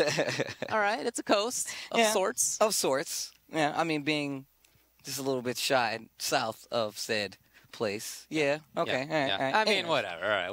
We're gonna say that he's East Coast anyway. That means that yet again, it's gonna be an East Coast champion. We talked about this a little bit earlier, how that has been often the case at ESL. I don't know, man. What do you think about that? So I was listening to the interview, obviously, and even like Cool Kid said, it normally goes in Shine's favor. I'm kind of sad because I really wanted to see how Cool Kid would deal with another Karen, especially one that he plays more against. That's what I was really interested to see. Will he? Who knows? Probably not.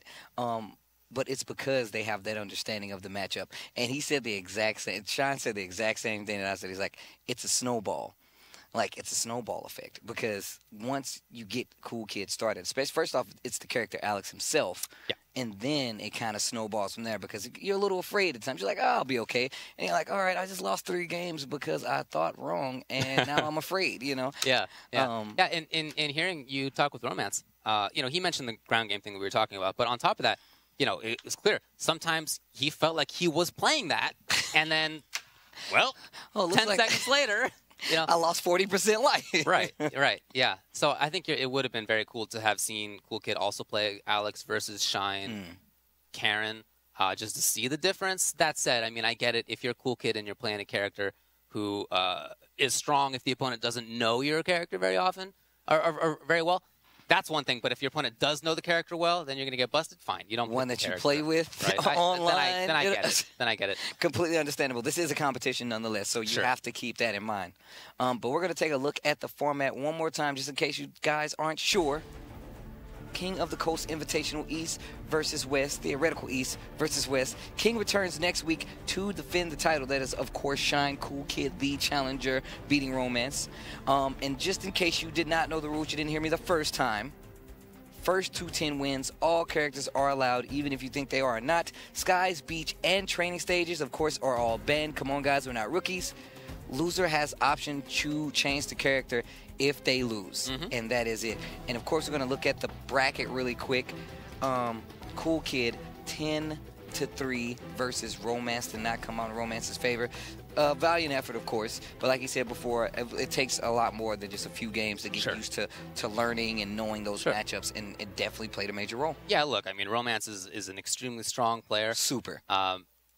Yeah, he doesn't know some of the game's options as well as he might in another game, but he's certainly shown that he has more than enough skill and capability to learn all that stuff. So yeah, I mean, I would expect even if we were to play this in another couple of days, that man would have done his homework and he would come here and he would be a different no, I've definitely run into a Romance online in Street Fighter V, and of course he's definitely beaten me up in KOF multiple times. So I know for a fact that he has more than the capability to do so and sit there. And like I said, just watching Cool Kid play, like even in his defense on both sides, was the fact that like I learned a lot. I learned so much about watching him just play Alex. So to me, I feel like everybody's a winner in the case. I mean, you guys got an awesome set.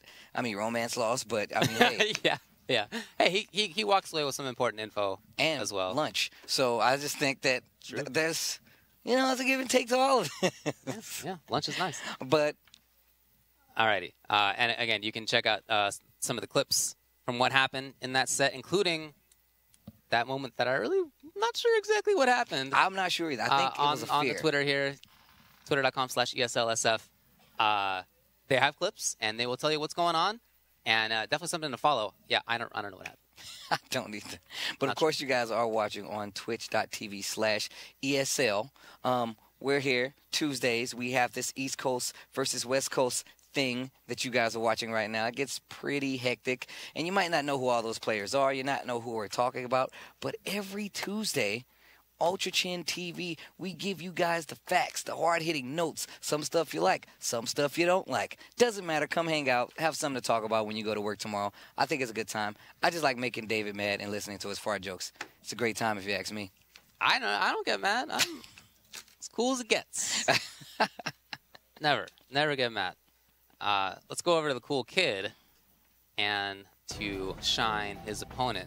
Now, we were talking about Karen versus Alex, but we might not see Alex. We might not see Karen. We might see a completely different matchup lining up right here. Shine mentioned that it's going to be either Ibuki or Karen, but which one is going to be will be a game time decision. And right now, he has lined up on Ibuki. Ooh. Let's check it out.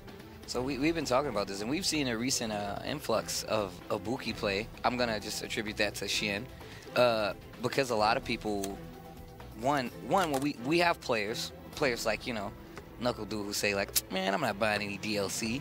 And now you have to deal with some of these characters that are DLC, and you have to see how they play out. So of course, like you guys said, like you just said, David, Ibuki versus Rashid. Yeah, totally different story. All right, here we go. OG Shine versus CoolKid93. Wong Nation, OG Shine. That's right, versus Wave CoolKid. Now, Shine said that he likes this matchup. He likes things about both Ibuki and Karen in the matchup.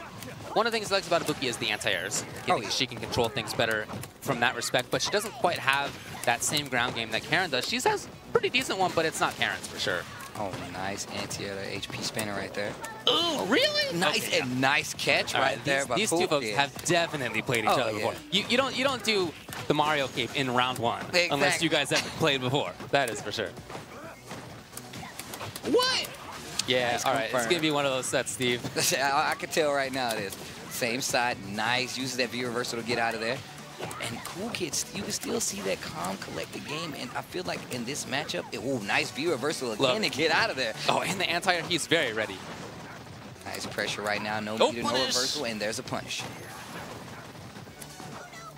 Oh, no. Yes, tried to get the backdash, tried to escape. But look, Rashid, we talked about this before, how strong some people think he is. I think he's very strong. One of the reasons I think he's strong is that I think he follows up super, super well. He can close the distance very well. Ooh. Oh, boy. Crush counter gets that roundhouse. Nice confirm. Nice chunk of damage as well. Gets the jump in. Oh, wow. Neutral jump. Man, this neutral jump fierce is so good. Yeah, very important to take control of that. Shine had been moving around with command dash. Gotta shut that down if you can. Oh, nice little mini shimmy right there. Little travel size shimmy. Oh, yeah. Wow, another one. Yo, he is all about this this TSA approved shimmy, man. It's so small, so compact, about 3 ounces of shimmy. I'm about that. You see that? All right. What a setup. CoolKid taking the first game. So, look, he has good buttons. There's zoning potential. That's not the biggest strength, but zoning potential. There are anti-airs. He controls the pace very, very well, and his pressure up close is really good. He can follow you if he thinks that you're going to backdash, and it's safe for him. Or if he thinks you're going to jump, he can do crouch and kick into chase. And just excellent damage output in some situations. It's not the case anymore that he does no damage. His big damage stuff is real damage. Yes. And on top of that, and we don't get to see this matchup as much. And the dynamic of the fact that this V reversal from Rashid definitely plays a major role says a lot about how this is going to play out. Oh, another little mini shimmy again. Nice pressure. Double crouch short dash up to keep that pressure going. CoolKid really close to stun, gets the throw, and that's that. Wow. Getting a little meter. Spent it. Okay. I mean, hey, if that's what you got to do. I mean, he's going to go into this next round with just shy of a bit of EX. He's going to be right there, but Ibuki almost on 2 bars of EX and Shine. You know, I just remembered the conversation that happened at final round. Yeah? So, Marn and Shine were outside with Justin and a few others, and he was like, yo, I think my Ibuki is nice. And Flo comes up and he's like, your Ibuki is kind of booty. So, I'm looking at this and I'm just like, man, they must be at home cracking up right now, like we told you. Jeez. This is 4 straight rounds. Now, Shine said that he would switch if things weren't going well, and I said, whoa, how long would that take? And he said, depends on how badly it goes. It's not going that well right now, Steve. Yeah, you gotta be able to gauge these kinds of things, you know? And CoolKid is just skating right now. Oh, we got a character select. Character select. Yeah, because look, 4 straight rounds. Not even just 4 straight rounds, but those last couple rounds were pretty solid in favor of CoolKid. Oh, here we go. And we're going to the Hillside Plaza? What do you think about that? Wait, the Hillside Plaza? What are your thoughts on Hillside Plaza? I like Hillside Plaza. I have no problem with it at all, and I like the music. Yeah, me too. So it's like a small, you know, offbeat kind of tangent. I've been saying since they like showed music 4-5 that I really like the music in this game. Not all the music, but this is definitely. I mean, I like it more than I like 4's music. Oh, I'm with you there. Yeah. Oh, nice color. The Kool-Aid Rashid. This is what we were talking about. That's what I like to see. So it is Karen, and now he has more ground control. You know, we saw him jumping around with the Ibuki a lot. He got anti-aired a lot, and that didn't go very well. So if he thinks that the solution is to play the neutral game, then Karen is definitely the choice. But anti-aired and still jumping. Nice. Confirm mid-screen. Still has a lot of control. And you see the momentum completely different this time around. Tries to go for that jump in. Nice anti-air jab. Nice pressure. No buttons What an there. escape. I think that's such a good escape option because you use, you know, Mixer, and even if it trades, you know, you're not doing all too bad. Nice wake up button. So brave, gets the back throw. Oh, he lives. Oh, nice B reversal. Oh, that actually helps out Cool Kid just a little bit. He's gonna get an option. Jump back medium kick. That invincibility must have just ran out. Yeah. I would have been pretty upset about that. I will say that though. Nice standing medium kick. You know, I tell people that I think the Sheet standing medium kick is pretty good. Yes. But nobody listens to me. I think it's okay, but Of course it's okay. oh, nice. Confirm off that crouch fierce. Nice chunk of damage. Yeah, that's not nothing. Especially for a character with as many options as he has. But I feel like What a chase. that's the grace. Oh, he wow. took the risk, but he's done it twice. Oh, nice buttons there. Trying to get that shimmy. Nice block again. You can't help but think that Cool Kid's a little more. He's prepared. I mean, even though he says it goes kind of back and forth, finds the hit, use that EX. Could have did a little more had he, you know, been a little deeper in that tornado. Oh, nice. Trying to shimmy him out. Interrupted. Nice He's so button. ready. Look at how ready he is for all this stuff. Well, he just came for playing another Karen. So, I mean, like I said, we did say it was kind of different, but he plays OG Shine online as well as he just came from a Karen matchup, and he's looking pretty good. All right, here we go. Tried to anti-air, no. Shine back to this neutral game. Yeah, I like this. Oh, nice. See, it's good. And then the breakdown. Yeah, it's a good stage. Doesn't take the risk on the button that time. Oh, yeah, Nice in there. cancel in the mixer. I'll say. Dash up, standing fierce again. And I like the fact that he's trying to maintain this pressure. He does not want her to control that footsie range like she's so good at doing. Oh, double jab just to catch. Cool Kid's still alive. He has trigger. Nice dash There, up. yes. Oh, that little gray light is actually what got him killed. First game on the board for Mr. OG Shine. So I like this pick because it controls things better. One of the things that I think Rashid is excellent at is mobility. And in this game, look, nobody wants to block. Defense is bad. You get busted if you try an EX reversal. You have to spend meter. Great damage. Defense is bad, right? Yeah. So instead, I feel like the best defense is good mobility. It's like Marvel in that respect. So I feel like Rashid is one of the best at doing that. He's so slippery. He can control things so well. And I feel like he has to defend less than some other people do because of that. No, that's So- 100% true. But so I like picking Karen against that because she can really settle things down. Yeah, she definitely can control a little more because of her normal and her neutral options. Rashid has to be a little more careful, especially if he doesn't have like meter to go crazy with. Yeah. But the minute he takes to the air, I mean, even a character like Karen has to stop and pay attention because he can change his trajectory. And if he has meter, it definitely plays a different part. Nice push to the corner right now, finds a hit. Ooh, I think that was supposed to be dive kick. Nice blocking on these overheads. Yeah, he's had that legit. Will he escape? No, he baited. Did you see the fake wall Oh, jump? He's yes, like, you think I I'm going to love jump on the it. wall? I You think I'm love going to it. jump on the wall? And then Karen EX-Spin. came in for the air-to-air, but no. Anti-air, the air-to-air. Love it. All right, nice V-skill to get started. Wake up light kick again from Cool Kid. No, it's a fast button. And if you make the opponent guess wrong on quick rise or back tech or whatever, then yeah, you can definitely do that. Nice. escapes. Using that skill to get out of there. And then use the flip out to keep corner position. That's nice what throw. I mean about the mobility. Okay, Yeah. so rather than getting caught in the corner, he's just out of it. I look, man, the way he uses Mixer as an air-to-air and a lot of jump-out situations, which is really good, especially in Street Fighter V where you get those people trying to hold the up back to get those reset options just in case you commit. That works out so well because Mixer is still there. And you gotta respect that. Finds the hit. And Cool Kid looking wavy right now. Hold on, though. Uh-oh, it's not over. You No. can spend it. No. Oh. That's very unfortunate for Shine. Cool Kid has the anti-air on deck. Man, that really could have changed things up. I mean, that could definitely have been Shine's round. If he converted that into one more mix-up, he could have had it. Oh, yeah, that's true. And now you see OG Shine just waiting. Cool Kid. You know how I know Cool Kid plays in the house? Look how close he is to the monitor. His hand is basically touching the monitor with the control. How do you do that? Back in the day, man. Is that how you used to play? That's 100% how I used to play. They used to tell us we were sitting too close to the TV. I look, Mrs. Cool Kid, you need to tell him. Yeah, It's seriously. gonna damage his eyes. Okay? Yeah. Better get some good vision insurance over there. And look at that series right there. And it was standing medium punch from CoolKid. Oh, yes. Wow. Why would you challenge that? Nice. Gets that meaty standing medium punch again. Anti-air. Anything's going to do it. I mean, trade is good for him. But oh, nice slide. Yeah, he thought he only needed to do the lightest of punishes. Dash up, round up. David actually covered his eyes and looked away. All right. Okay. When it happened, hey, I don't blame him. I would have got hit by that. For sure. For sure. It was great blocking. Because, you know, you're looking for Rashid to do the overhead. The overhead gets wind effects. It gets huge range, and that thing's out. So he's going for the lows because he expects Shine to look for the overhead, right? But then the mix-up on dash-up roundhouse. And on top of that, the timing, like, it's so scary. Like, if he does this overhead, he's going to float 50 feet and then do it. And he's like, I'm going to wait for the tail end of this, and then I'm going to do just roundhouse to make you think that I'm about to do something. Nice push and nice chunk of damage right now.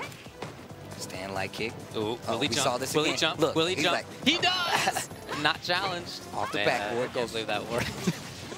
That's scary, man. It is, I know. Oh, you're going to get that powered up mixer? There we go. Oh, very, very nice. I like that. Just get the opponent away. And he was ready for the dash. Shine's looking good right now. He's ready. I like the buttons. Dash up, stand light kick again. Will he?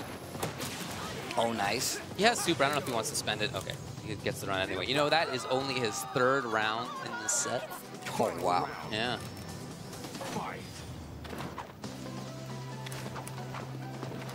Oh, wow. Gets right over that sweep right there. About 30%. Good damage. Tried to escape. They're out of the corner at least. Yeah, really good spacing right there by Shine to react. Goes for the cross under. Finds the confirm. Goes for a mini reset. And I feel like the fact that CoolKid is effectively making him use all his V meter is so good. Yes. That kind of takes out the ability for Shine to make a comeback in these very dire situations. He's going to have to play some good old-fashioned Street Fighter. I'll say. If he's going to want... Oh, nice neutral jump light kick right there. Took some Grey Life off. But now into the corner. Shine, can he control things? We haven't really seen that strong corner pressure. Nice air this time around and really close to getting that trigger. Walks into the crouching medium kick into trigger itself. 4-1 in favor of the CoolKid.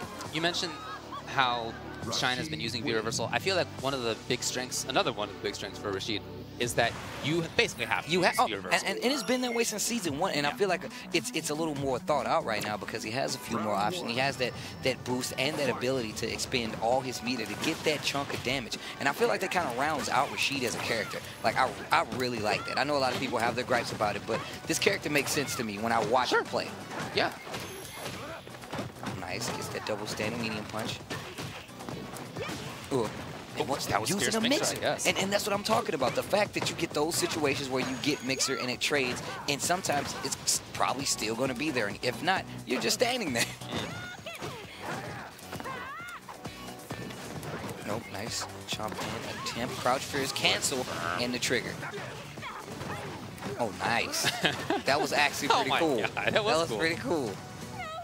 Now, we didn't see the V-Reversal used as much by Shine, and part of that resulted in him getting rushed.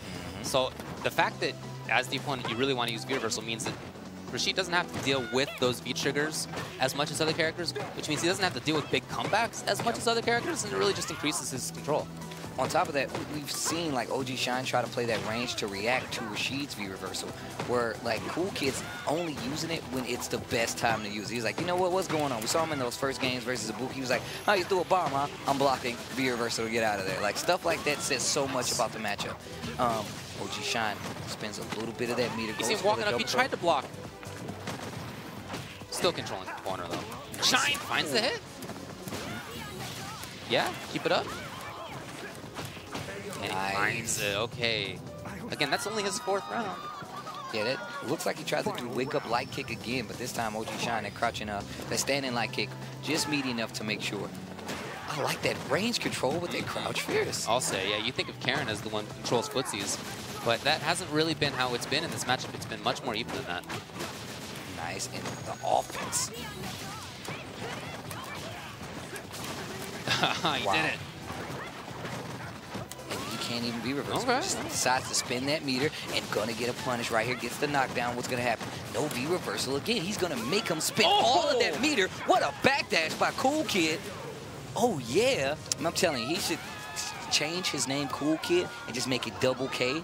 and just every time he win hits the Kool-Aid, like, oh yeah. I'm just saying, I just think that's cool.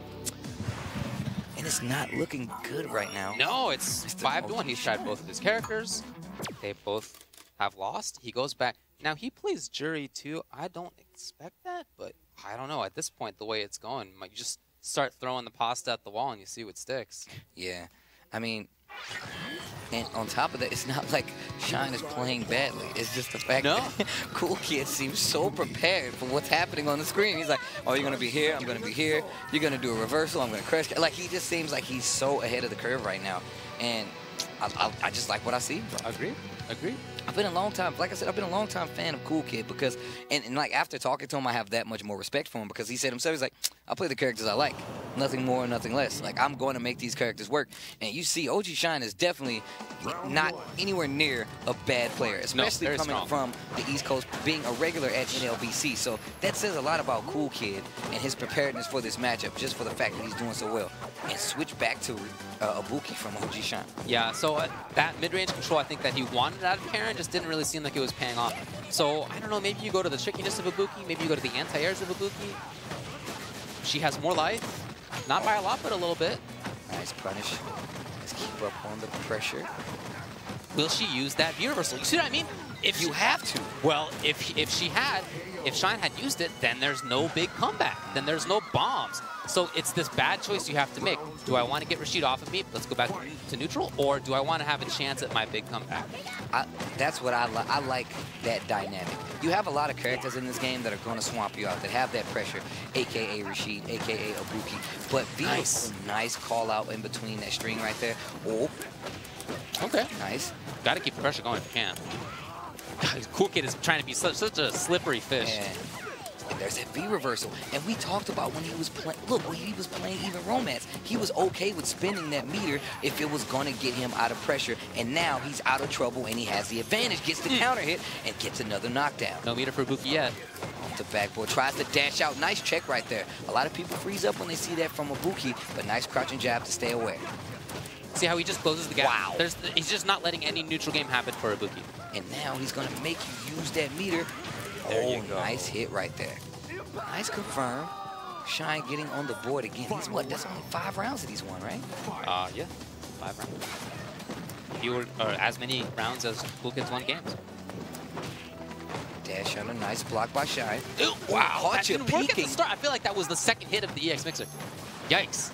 Yeah, OG Shine has been doing a great job with like putting buttons in meaty situations to make sure the CoolKid couldn't get anything started. It didn't work out that time. Back in the corner. Now again, do you use the V reversal or not? He just hasn't done it, but only once. And that means that he's had to deal with this a lot. That was pretty sick, gotta say. But you can see that they're both familiar enough with each other's setups. It's not like setups have been killing Shine. That's not been it. The fact that CoolKid will go if he's not sure to crouch short is so smart.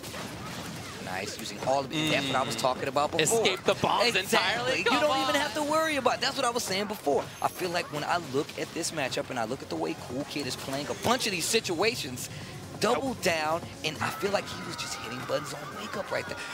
Was that supposed to have been Super rather than EX Mixer as a meaty? I don't think so. I'm going to find out, though. Yeah, because I don't know. Anyway. I think he just did that to try to bait out a wake-up DP because he has been hitting, like, jab on wake-up, and in some instances, I mean, I feel like that might have been one of your only situations to stop that. Nice crouch strong. 6-1 in favor of CoolKid right now. Real bad news. I really feel like there have to be more view reversals, and I get why you don't want to do it, but look at this whole series. Look at this. I mean, you just... Oh, the mini, look, the travel size shimmy, again, look at it. So small, compact, you can fit it in one of those little pockets on the front of your luggage. It's so smart. Nice, finds that mix up this time around, and now, oh, wow. Look, that was the payoff for not having used view reversals. And I think you can see, in terms of the life bars, how that went. Right? Okay, he's found hits now, but he got less out of V-trigger than he... Oh, this might be it. Yeah, that's it. CoolKid definitely got more damage from that corner series pressure than Shine did from the V-trigger. And like I said before, like just having that one stock, that one piece of V meter is a determinant. Like they have to think about like when is he going to use this V reversal, when is he going to save it, and when is he going to do it. And that's what I mean by like the microtransactions of this game. The minute a V reversal becomes available, it kind of changes the dynamic because now you have to change up what you're doing. Nice, gets that crush counter. There you go. He used it. He escaped. But not for nice long. confirm. Gets the crush. Yeah. Get the dive. Oh, okay. I don't know how that works exactly. No, he didn't have meter, so you can only get the sure. EX dive after that, but you can get one hit. You see that he... Oh, wow, that was actually pretty sick. Nice interruption to stop the bomb, and it kills the V meter altogether. Yikes! He wakes up with buttons! And that's why he was getting hit There by you go. those EX mixers, like I said before, because he's trying to keep that in control. But yeah, you're right. That's exactly what I was talking about. The fact that you have to keep that in mind. Like, do they have meter? Do they have V reversal meter? How much of it do they have? Can I commit to stopping them? That's what I mean by microtransactions, just to be 100% clear. Yeah. Like I said, this changes the matchup. There now. you go. Oh, nice. Uses That's what that he was bar. hoping to bait before. Gets the throw. Still going to have that tornado there for extra mix-up. Nice. I see now. I think that is excellent for CoolKid, to be honest. I mean, he basically made Shine spend that V reversal. Oh, yeah. And now he's not going to have to deal with Trigger, at least for a while, if it comes up at all. Oh, nice cancel in the mixer. Jump in again, and offense-wise, CoolKid is everywhere, and V-reversal is available, and that's what I don't understand. You can stop this pressure just by spending a little bit of that bar, and now you're getting opened up, and now it's 7-1 in favor of CoolKid. So CoolKid jumped to the other side. He did the EX, which I'm not sure if Ibuki can punish that, but most characters cannot if it's point-blank EX Eagle. So it was just going to be Eagle an escape. spike? Yeah. Oh, no, not on the ground. It's Yeah. I think only in the corner. Yeah. But from that corner situation, anyway, the intent for CoolKid, I think, was just, it's a way to escape the corner, but also if they get hit, fantastic. So he's just putting himself in situations like that where, he can control things in ways that are not big risks to him, but that if they're working out are definitely melting off the opponent's life. I will say I'm thoroughly impressed by the knowledge that is being displayed here by Wave CoolKid. Like, this guy is definitely got a big smile on my face from watching him play. I like what I'm learning. I'm taking a lot. I think this is really cool. However, Shine not out of this yet. I mean, this is quite the deficit. Yeah. But it's possible to bring back. Yeah, he has fewer rounds won than CoolKid has games. I mean, when you put it like that. It's not going that well. Oh, he left the red. Well, okay. He went to, man, what's the transformer? Wait, Soundwave. No, I was thinking of the dinosaur ones that have these colors. Grimlock? Grimlock and the Dinobots? Man, it's... These are real names I'm giving you, so this is... No, I know. Look, James Chen's not here, so... What a chase! Yeah, I love that he does that. Oh, and wake up again. Man, I feel like Shine is trying too hard to keep that pressure going. He's spending his resources to try and get damage instead of stopping that pressure. And now he had V-reversal, and instead he goes for the cancel to try to make up some of that life. Yeah. Instead of saying, you know what, I need to get this guy off of me and restart my ground game. If you're picking Karen, again, ground game's good, but she's also excellent at building V-meter. She's one of the best in the game at doing that. And her trigger is all right, but it's not fantastic. So maybe she's the character to pick if you want to use V-reversal to just get away, because she has it a lot and she doesn't need it. And yet, in that last round, he didn't really use it in that way. Yeah, I feel like a lot of people forget that Karen can do nice chunks of damage with just EX alone, and that throws a lot of people off. So they feel like they need to depend on having that trigger. And instead of just getting out of situations, they try to hold it and fight their way out. I know I'm a victim of this as well. I've done it too, sure. The mini shimmy again. Okay, Get the confirm in time. That Stand Pierce is confirmable by itself, but if you cancel too late, you're not going to get anything out of it. All right. Oh, wow, slides under that mixer. Full critical art is available. Now V-reversal is available for CoolKid. Watch the difference in gameplay. Gets that crush counter sweep. CoolKid just waiting it out. A lot of great life building, but, well, Shine doesn't follow. Oh, he does follow up just like that. Nice. Just as soon as I thought it was safe to come out and play, Shine came in. Now look how much harder that was. To instead say, you know what, like, I'm going to use my trigger and then I'm going to fight it out. Instead, I'm going to use V-reversal, stop their pressure, and then get back to that trigger, get that damage, get that control, get that footsie range in charge, and then go. It changes the dynamic. Nice neutral jump to get over that tornado. Very nice. Nice push. Nice chunk of damage as well. See, you don't need meter to do that kind of damage. And look, Right. Rashid is sitting on full resources, uses a V-reversal to stop that pressure, and now he has an offensive push. Every one of us has worked out. Oh, crush counter. Nice. Oh. Ooh, she didn't have the meter. Wow, the short starts things off. Hold on, this is eminently doable. Oh, wow. It's going to get close by itself. This is going to hurt. Oh, no. One more. Didn't spend it all. The other side, he knows the setup. Empty jump low, the Nerd Josh. Wow, man. I blame Nerd Josh every time I see somebody get hit by that. Every time. Empty jump low? Come on, man. The scumbaggery. You got to feel for Shine because he had such an advantage in that round. What did I say, though? I knew it. Hey. You got to be able to spin that meter. You cannot just be like, you know what, man, I'm going to sit on this because I'm going to hit you. You're not that good. I'm going to hit you, I'm going to pop my trigger, and then I'm back in the game. Yeah. CoolKid's like, nah, bro. This just doesn't work like that. There are some characters in the game that, fine, yeah. You're going to make the comeback a lot. But I don't feel like Karen is one of those. And I feel like everybody needs to get out of the corner against Rashid. No, you're right. You don't want to be in a corner versus Rashid. No. Nice toward medium punch. It's just a bad spot. Oh, yeah. He knows anything's going to do it, so Shine backing off. I mean, look, he could have spent V-reversal to get out of that stun situation, but trigger. Now, let's count how much damage he does in this trigger. Is this going to matter? And on top of that, I feel like it's minimal considering that he's only using throws. He's not finding those big hits. No. Because CoolKid's not overextended. In fact, he overextended as Shine. Yeah. And he might be dead. No. Yeah. Runs into a crouch fierce. And almost to the 9th game right now for CoolKid. He is just running away with it. Oh, nice standing roundhouse. And I feel like Shine needs to play a little more compact. He's overextending in some situations. CoolKid seems a little more prepared. Okay, here we go. I think you can see that, too, by the fact that Shine, okay, now he's playing this much more deliberate offense. We saw the start of this round, he started jumping in more. And I don't know if that's Karen's game, necessarily, but it started things off like this. So, hey, if that works, then maybe you keep it up. I don't know. He certainly needs to find some difference in play style to make things happen. Yeah, game point here for CoolKid. And that will successfully put him on set game if he wins this round. And it's not looking too good. But look at the patience now kicking in. OG Shine understanding this a little more. Wake up buttons. Man, that hit really late. Oh, he's so strong in all of these frame traps. I just feel like, look, his how meaty that crouch fears was. Yeah. He was all the way in our arm. He was like, yo, look, what's up? Yeah, yeah. It's not just when he was Alex that he had that strong pressure. That's I was trying to ask him when I had him up here on the interview.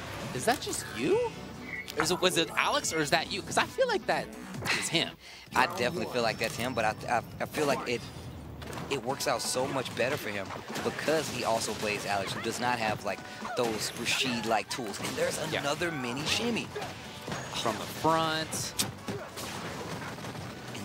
Look at his stumble. It's killing him. It's killing him. Yeah. And look, like I said before, that's one of those things that comes into play. I feel like a lot of people don't understand that about Street Fighter V, but it doesn't matter. OG Shine. He still can take this. Oh, he finds the stun. The stun. And he still has meter, so he's going to get the activation. Max damage is going to be close. Yes! The last Shine. Even? I'm sorry, Shine. Jesus. So, okay, hey, haven't triggered in that round. That worked. Over the long haul, I don't know, but right there it did. That's the guess that that's what you're basically banking on that as a player. Yeah. When you say, you know what, I'm not going to use this V reversal, I'm going to sit here and I'm going to make sure to block and I'm going to find a hit and I'm going to make that return. But right here now, it's the exact same situation. Are you going to bank on it again? Are you going to say I'm not going to use that meter again? You went for the reset. What a tricky fella. And he answers back with a perfect, and this is actually set point for Wave CoolKid93 right now.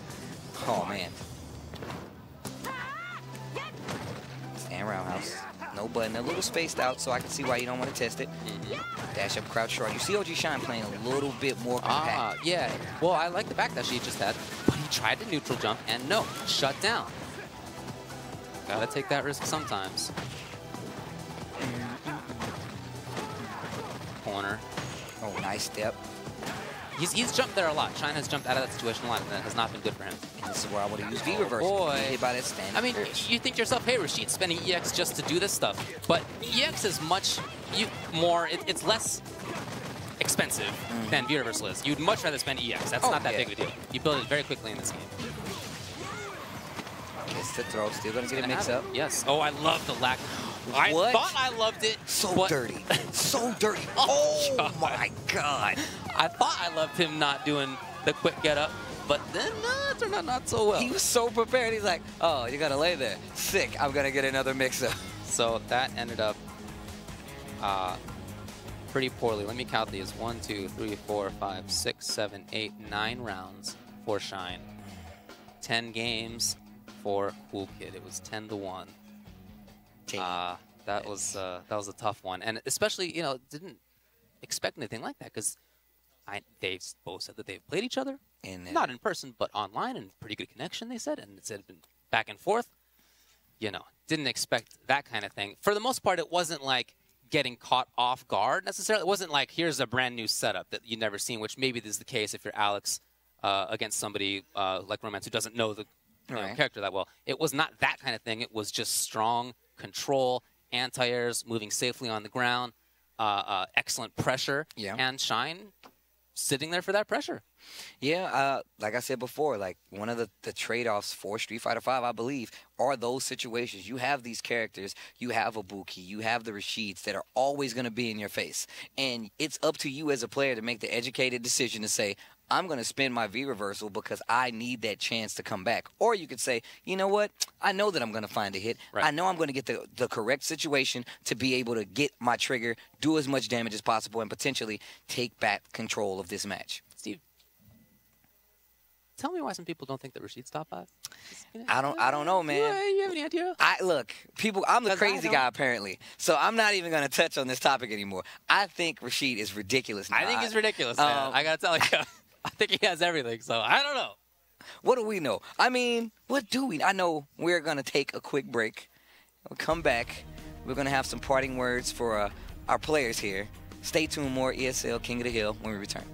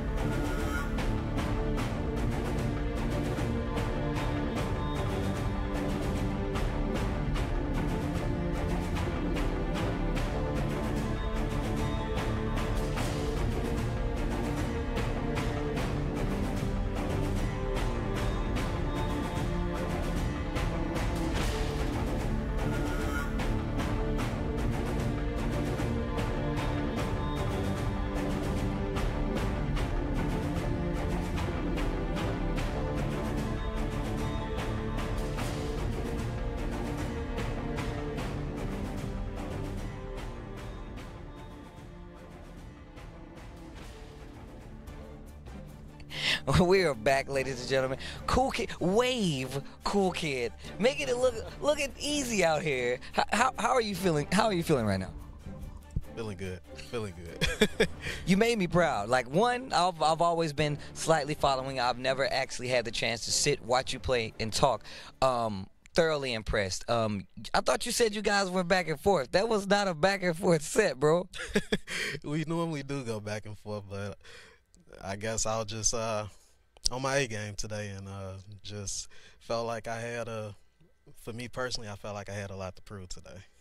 Really? So you tell me, what do you have to prove? I mean, we can go that route. If you have some stuff you want to talk about, let's hear it. More just about the fact that, you know, I'm not really seen like that. So, you know, when I do get the chance to like come out to events, Gotta show out. yeah, try to do the best I can and try to show out a little. But, you know, just I don't get too many chances. So I thank God I got this opportunity to do so.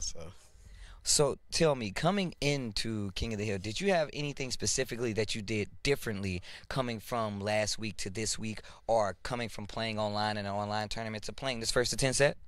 I say everything that I did is more or less the same stuff I do online. Maybe, I say maybe just my motivation was a bit different than just being at home, just relaxing, but more or less the same things that I was doing today I did at home. So you're saying you're always this nice? Yeah.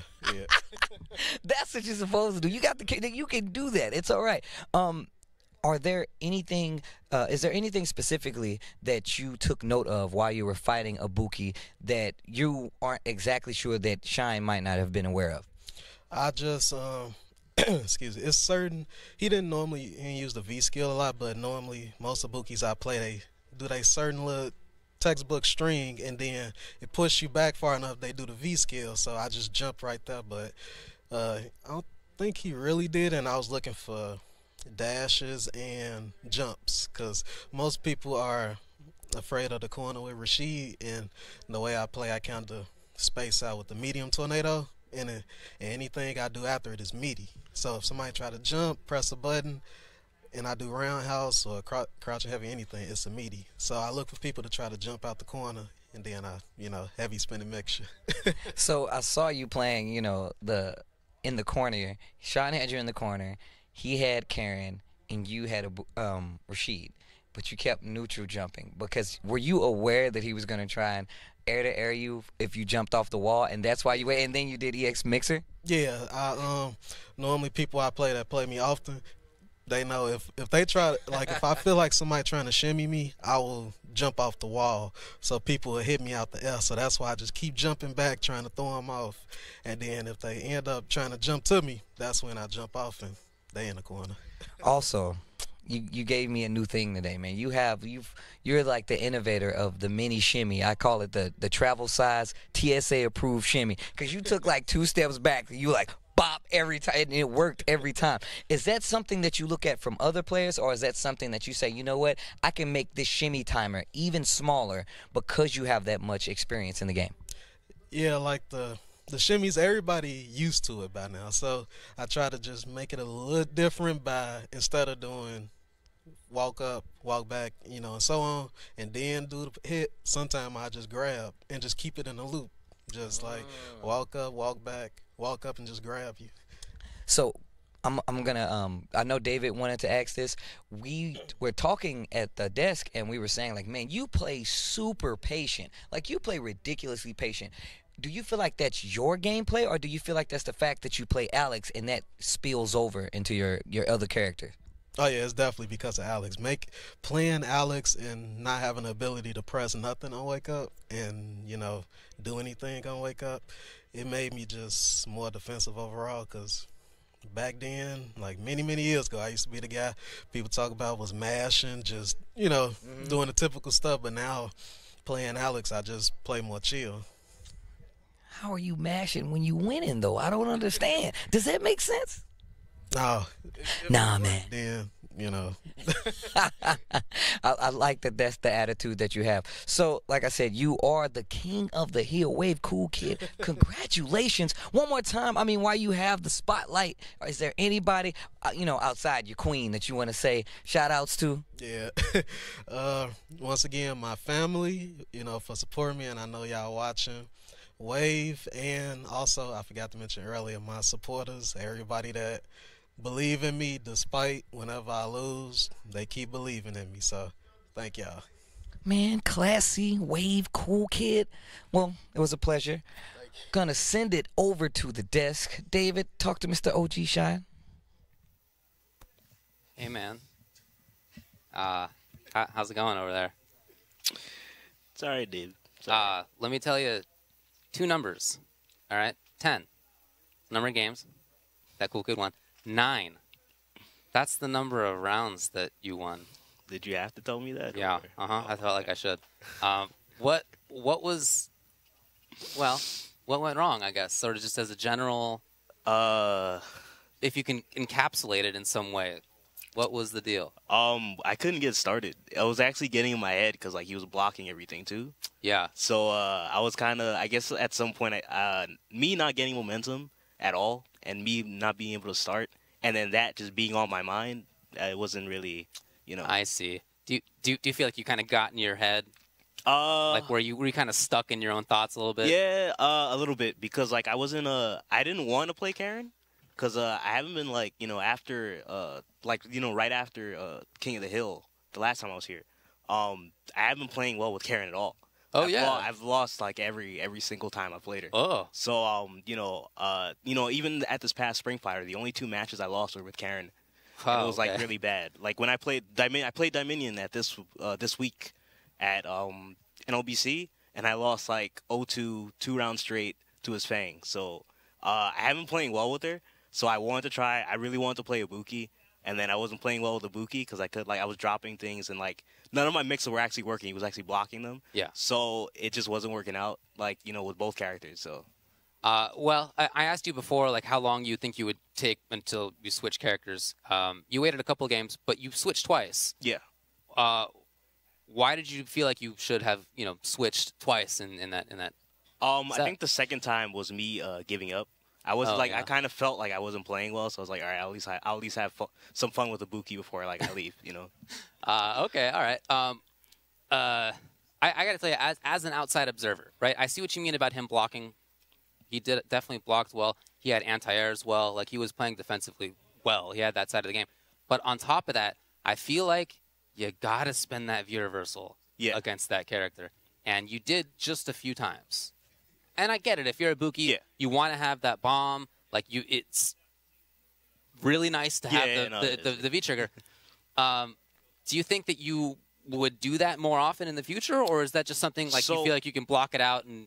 So I would. It's just a little on Rashid it depends. There are times where I really, really want a V reversal, but then I have to stop myself because a lot of the time when he's in the corner, he'll do heavy whirlwind shot. Yeah. Or EX whirlwind shot. Yeah. And if they roll and they neutral jump, right, it actually beats. It actually beats my V reversal. So I have to be really careful of that too. Sure. And then even after that, they normally follow up with like a light, short or light. And, I'll try to V reversal, but then I'll get like thrown or something. So it's very scary against him because there aren't a lot of gaps to actually V reversal. When I V reversal against Rashid, I look for mainly crouch fierce. Yeah, because there really is. There's not many other safe ways to V reversal him except for like on Mixer. I guess I could try off of Mixer too. Yeah, for sure. Yeah, that I feel like that was a major thing. I mean, there were times when you would block it out. Yeah. Or not even block it. Maybe you take some damage in the corner due to that pressure. But you save trigger, and then you find now as Karen or as Ibuki chance for trigger, and you sort of get some damage out of it. You get some utility out of it, but I don't know. Maybe not as much as if you had found the escape. I don't know, man. It's tough break. I totally get it about him having ways to blow it up. Yeah, he can grab in some situations. He can neutral jump and blow up V reversals in some situations, but. There was a time when I tried using it, but I didn't feel like I was getting much out of it. So it's like, all right, do I save it for V trigger for burst damage, or do I save it, or do I just spend it and then don't get anywhere? Or for sure, no, I might hit him, but then I don't get anything off of it, so I get some great damage. So. I know what you mean. It's a scary situation. I gotta reevaluate what I do in that matchup. Yeah. All right, well, you didn't think about going to Jerry? It's not. Oh. Hell no. Okay, yeah, I just want to make sure. All right, dude. Well, I'm sorry it didn't work out for you. You had a reign at King of the Hill. Yeah, it was you were the king. Yeah, short-lived. There was a revolution. Are you going to be at NCR coming up, or are you going to be at anything else coming up? I'll actually be at NCR coming up. Nice. Obviously, not too confident going in anymore. Or actually, even before this, I'm not too confident going in, but already committed to it, so I'm gonna practice up this week. Yeah. I think Punk's up there. I'll be practicing with Punk, Justin, and Warren. So I'm gonna be there, at NCR. I hear my pools. Oh, I saw the pool list. They are crazy. I saw my pool. I'm like, all right, cool. I guess. Hey, So, well, you got a lot of chances to prove yourself out there. I know it's going to be tough, but good luck to you. Oh, yeah, thanks, man. All right, man. Sorry it didn't work out, but good luck to you. So let's talk about next week. We are going to have a couple new folks coming up. We got from the East. Technically, I got... hold on. We got Dr. Danny Pham from the East and K-Brad from the West. So that's how that works out. And then in... how do you say his name? Danny Phantom? Is that his name? Dr. Danny Pham. Dr. Danny Pham? All right. Yeah, okay. yeah. All right. Yeah. And then we're going to have LPN versus Punk. So Punk was here on ESL King of the Hill for a while, but was not able to make it back due to other obligations and whatnot. But he'll be here in a bit. That's it. Cool Kid. King of the Hill. He rules the roost. Rules the roost. I like that one. Yeah. Rules the roost. Yeah, he does. He does. Flying up there as he did. I mean, he just had, I thought, all aspects of his game were working Dude was on. on point. I mean, he was. I think he was right when he said he was on his A game. Oftentimes when I see him, I feel like he's on his A game. I feel like that's kind of how I expect him to play, but he was definitely doing it today. That's for sure. There's I feel like a lot of people, that's why I really like the ESL format, because we get a chance to see these players in a long set and see how they evolve and how they adapt. And I feel like those are some major things. I mean, we saw Romance play, and I'm super familiar with Romance. I see him all the time. I've seen him play all the time.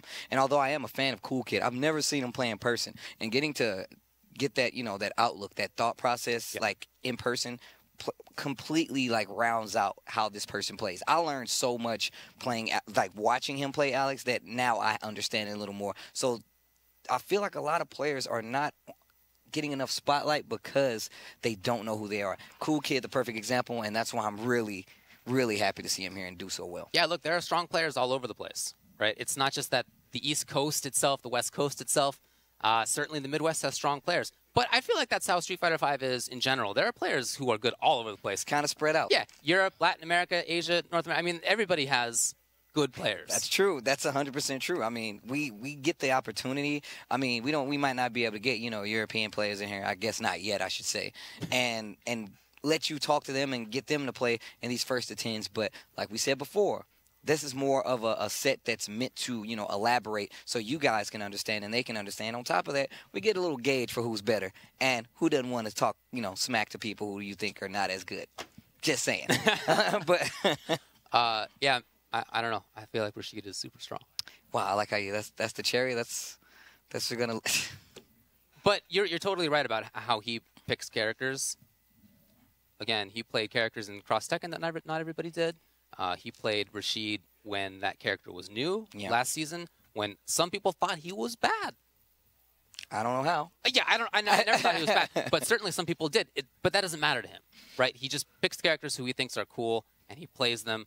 And if they're not great, like Alex right now, he still finds whatever juice they have. Like he finds you squeeze he squeezes that it juice. Enough, You get that you get every piece of vitamins that you need out of that character. And there's some pulp in there. You got some seeds in there too, but you take it. And then with Rashid, all you got to do is you just give it a little ring, and it's just give it a little sprinkle. It's just coming out everywhere. Sprinkle. Yeah. But regardless, that it's not like he's picking like the top tier. No, he's playing the game for what it is, and I like that. I like the fact that he's taking everything he can from one character and making sure that it's all on the table. And like I said, on the fact that we get this first to 10 format actually kind of makes it a little easier for them to make those adjustments because you have 10 games.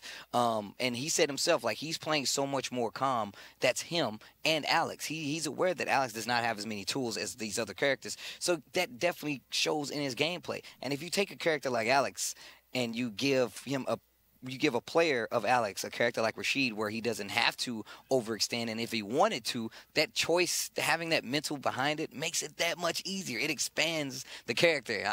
I just think it's really cool. Well, I love the setup, the format, because if this had been a 1-2 tournament, Romance would have won. He would have won. That's what I was saying. 2-1 would have been the score. But, of course, that ended up very, very differently, right? So it is cool to see that. And I think Cool Kid he learned very quickly in the romance matchup. I mean, he started doing those, the forward fierces to chase the back dashes like the second time. Yeah, exactly. Right? So, I mean, he's clearly very, very quick on the draw when it comes to that. And this format, I think, is really built for somebody who does that well, and clearly he did. So, yeah, nice work. Not to be outdone, OG Shine, I'm definitely not undercutting him at any point in time. He's a very strong player. He's a very strong player. And like you said before, they both said that they kind of go back and forth. And it sucks that he says he doesn't feel too confident going in, but he's committed. And I feel like those are the trials and tribulations of being a fighting game player. Yes. You have to, sometimes you got to, swallow your pride and go into these tournaments because you want to stay not only relevant, but you want to stay ahead of that curve of understanding how the game's fleshing out, how the game's developing, how it's learning. I mean, we still just recently had an update. There's some people still learning those patch parts of the game, sure, as well as going into tournaments and going to events like this, invitationals, King of the Hills, you never know. And that's just not including any kind of travel that you might do in the meantime. Yeah, look, you have to learn how to overcome when you're not feeling that great. That's not an easy thing to do. You're never going to be fantastic at it, but you have to learn how to power through and recover, and I guess this is an opportunity for Shine to do that. So we'll see him at NCR and other events coming up. Hopefully CoolKid will be around as well. Certainly he'll be here next week as King of the Hill. And to know when that's coming up, you'll want to give ESL a follow on the Twitters. That's at ESL SF. Also give them a follow to see the clips that they put out and, just interesting stuff that they put on that account. Give them a follow. And, of course, if you're watching right now, you are watching on twitch.tv/ESL. I hope you guys are enjoying yourself. And we're over here for King of the Hill on Tuesdays, and we're getting these players, flying them in, make sure you guys are aware, giving you all the ins and outs, the stats, the tournaments they might attend.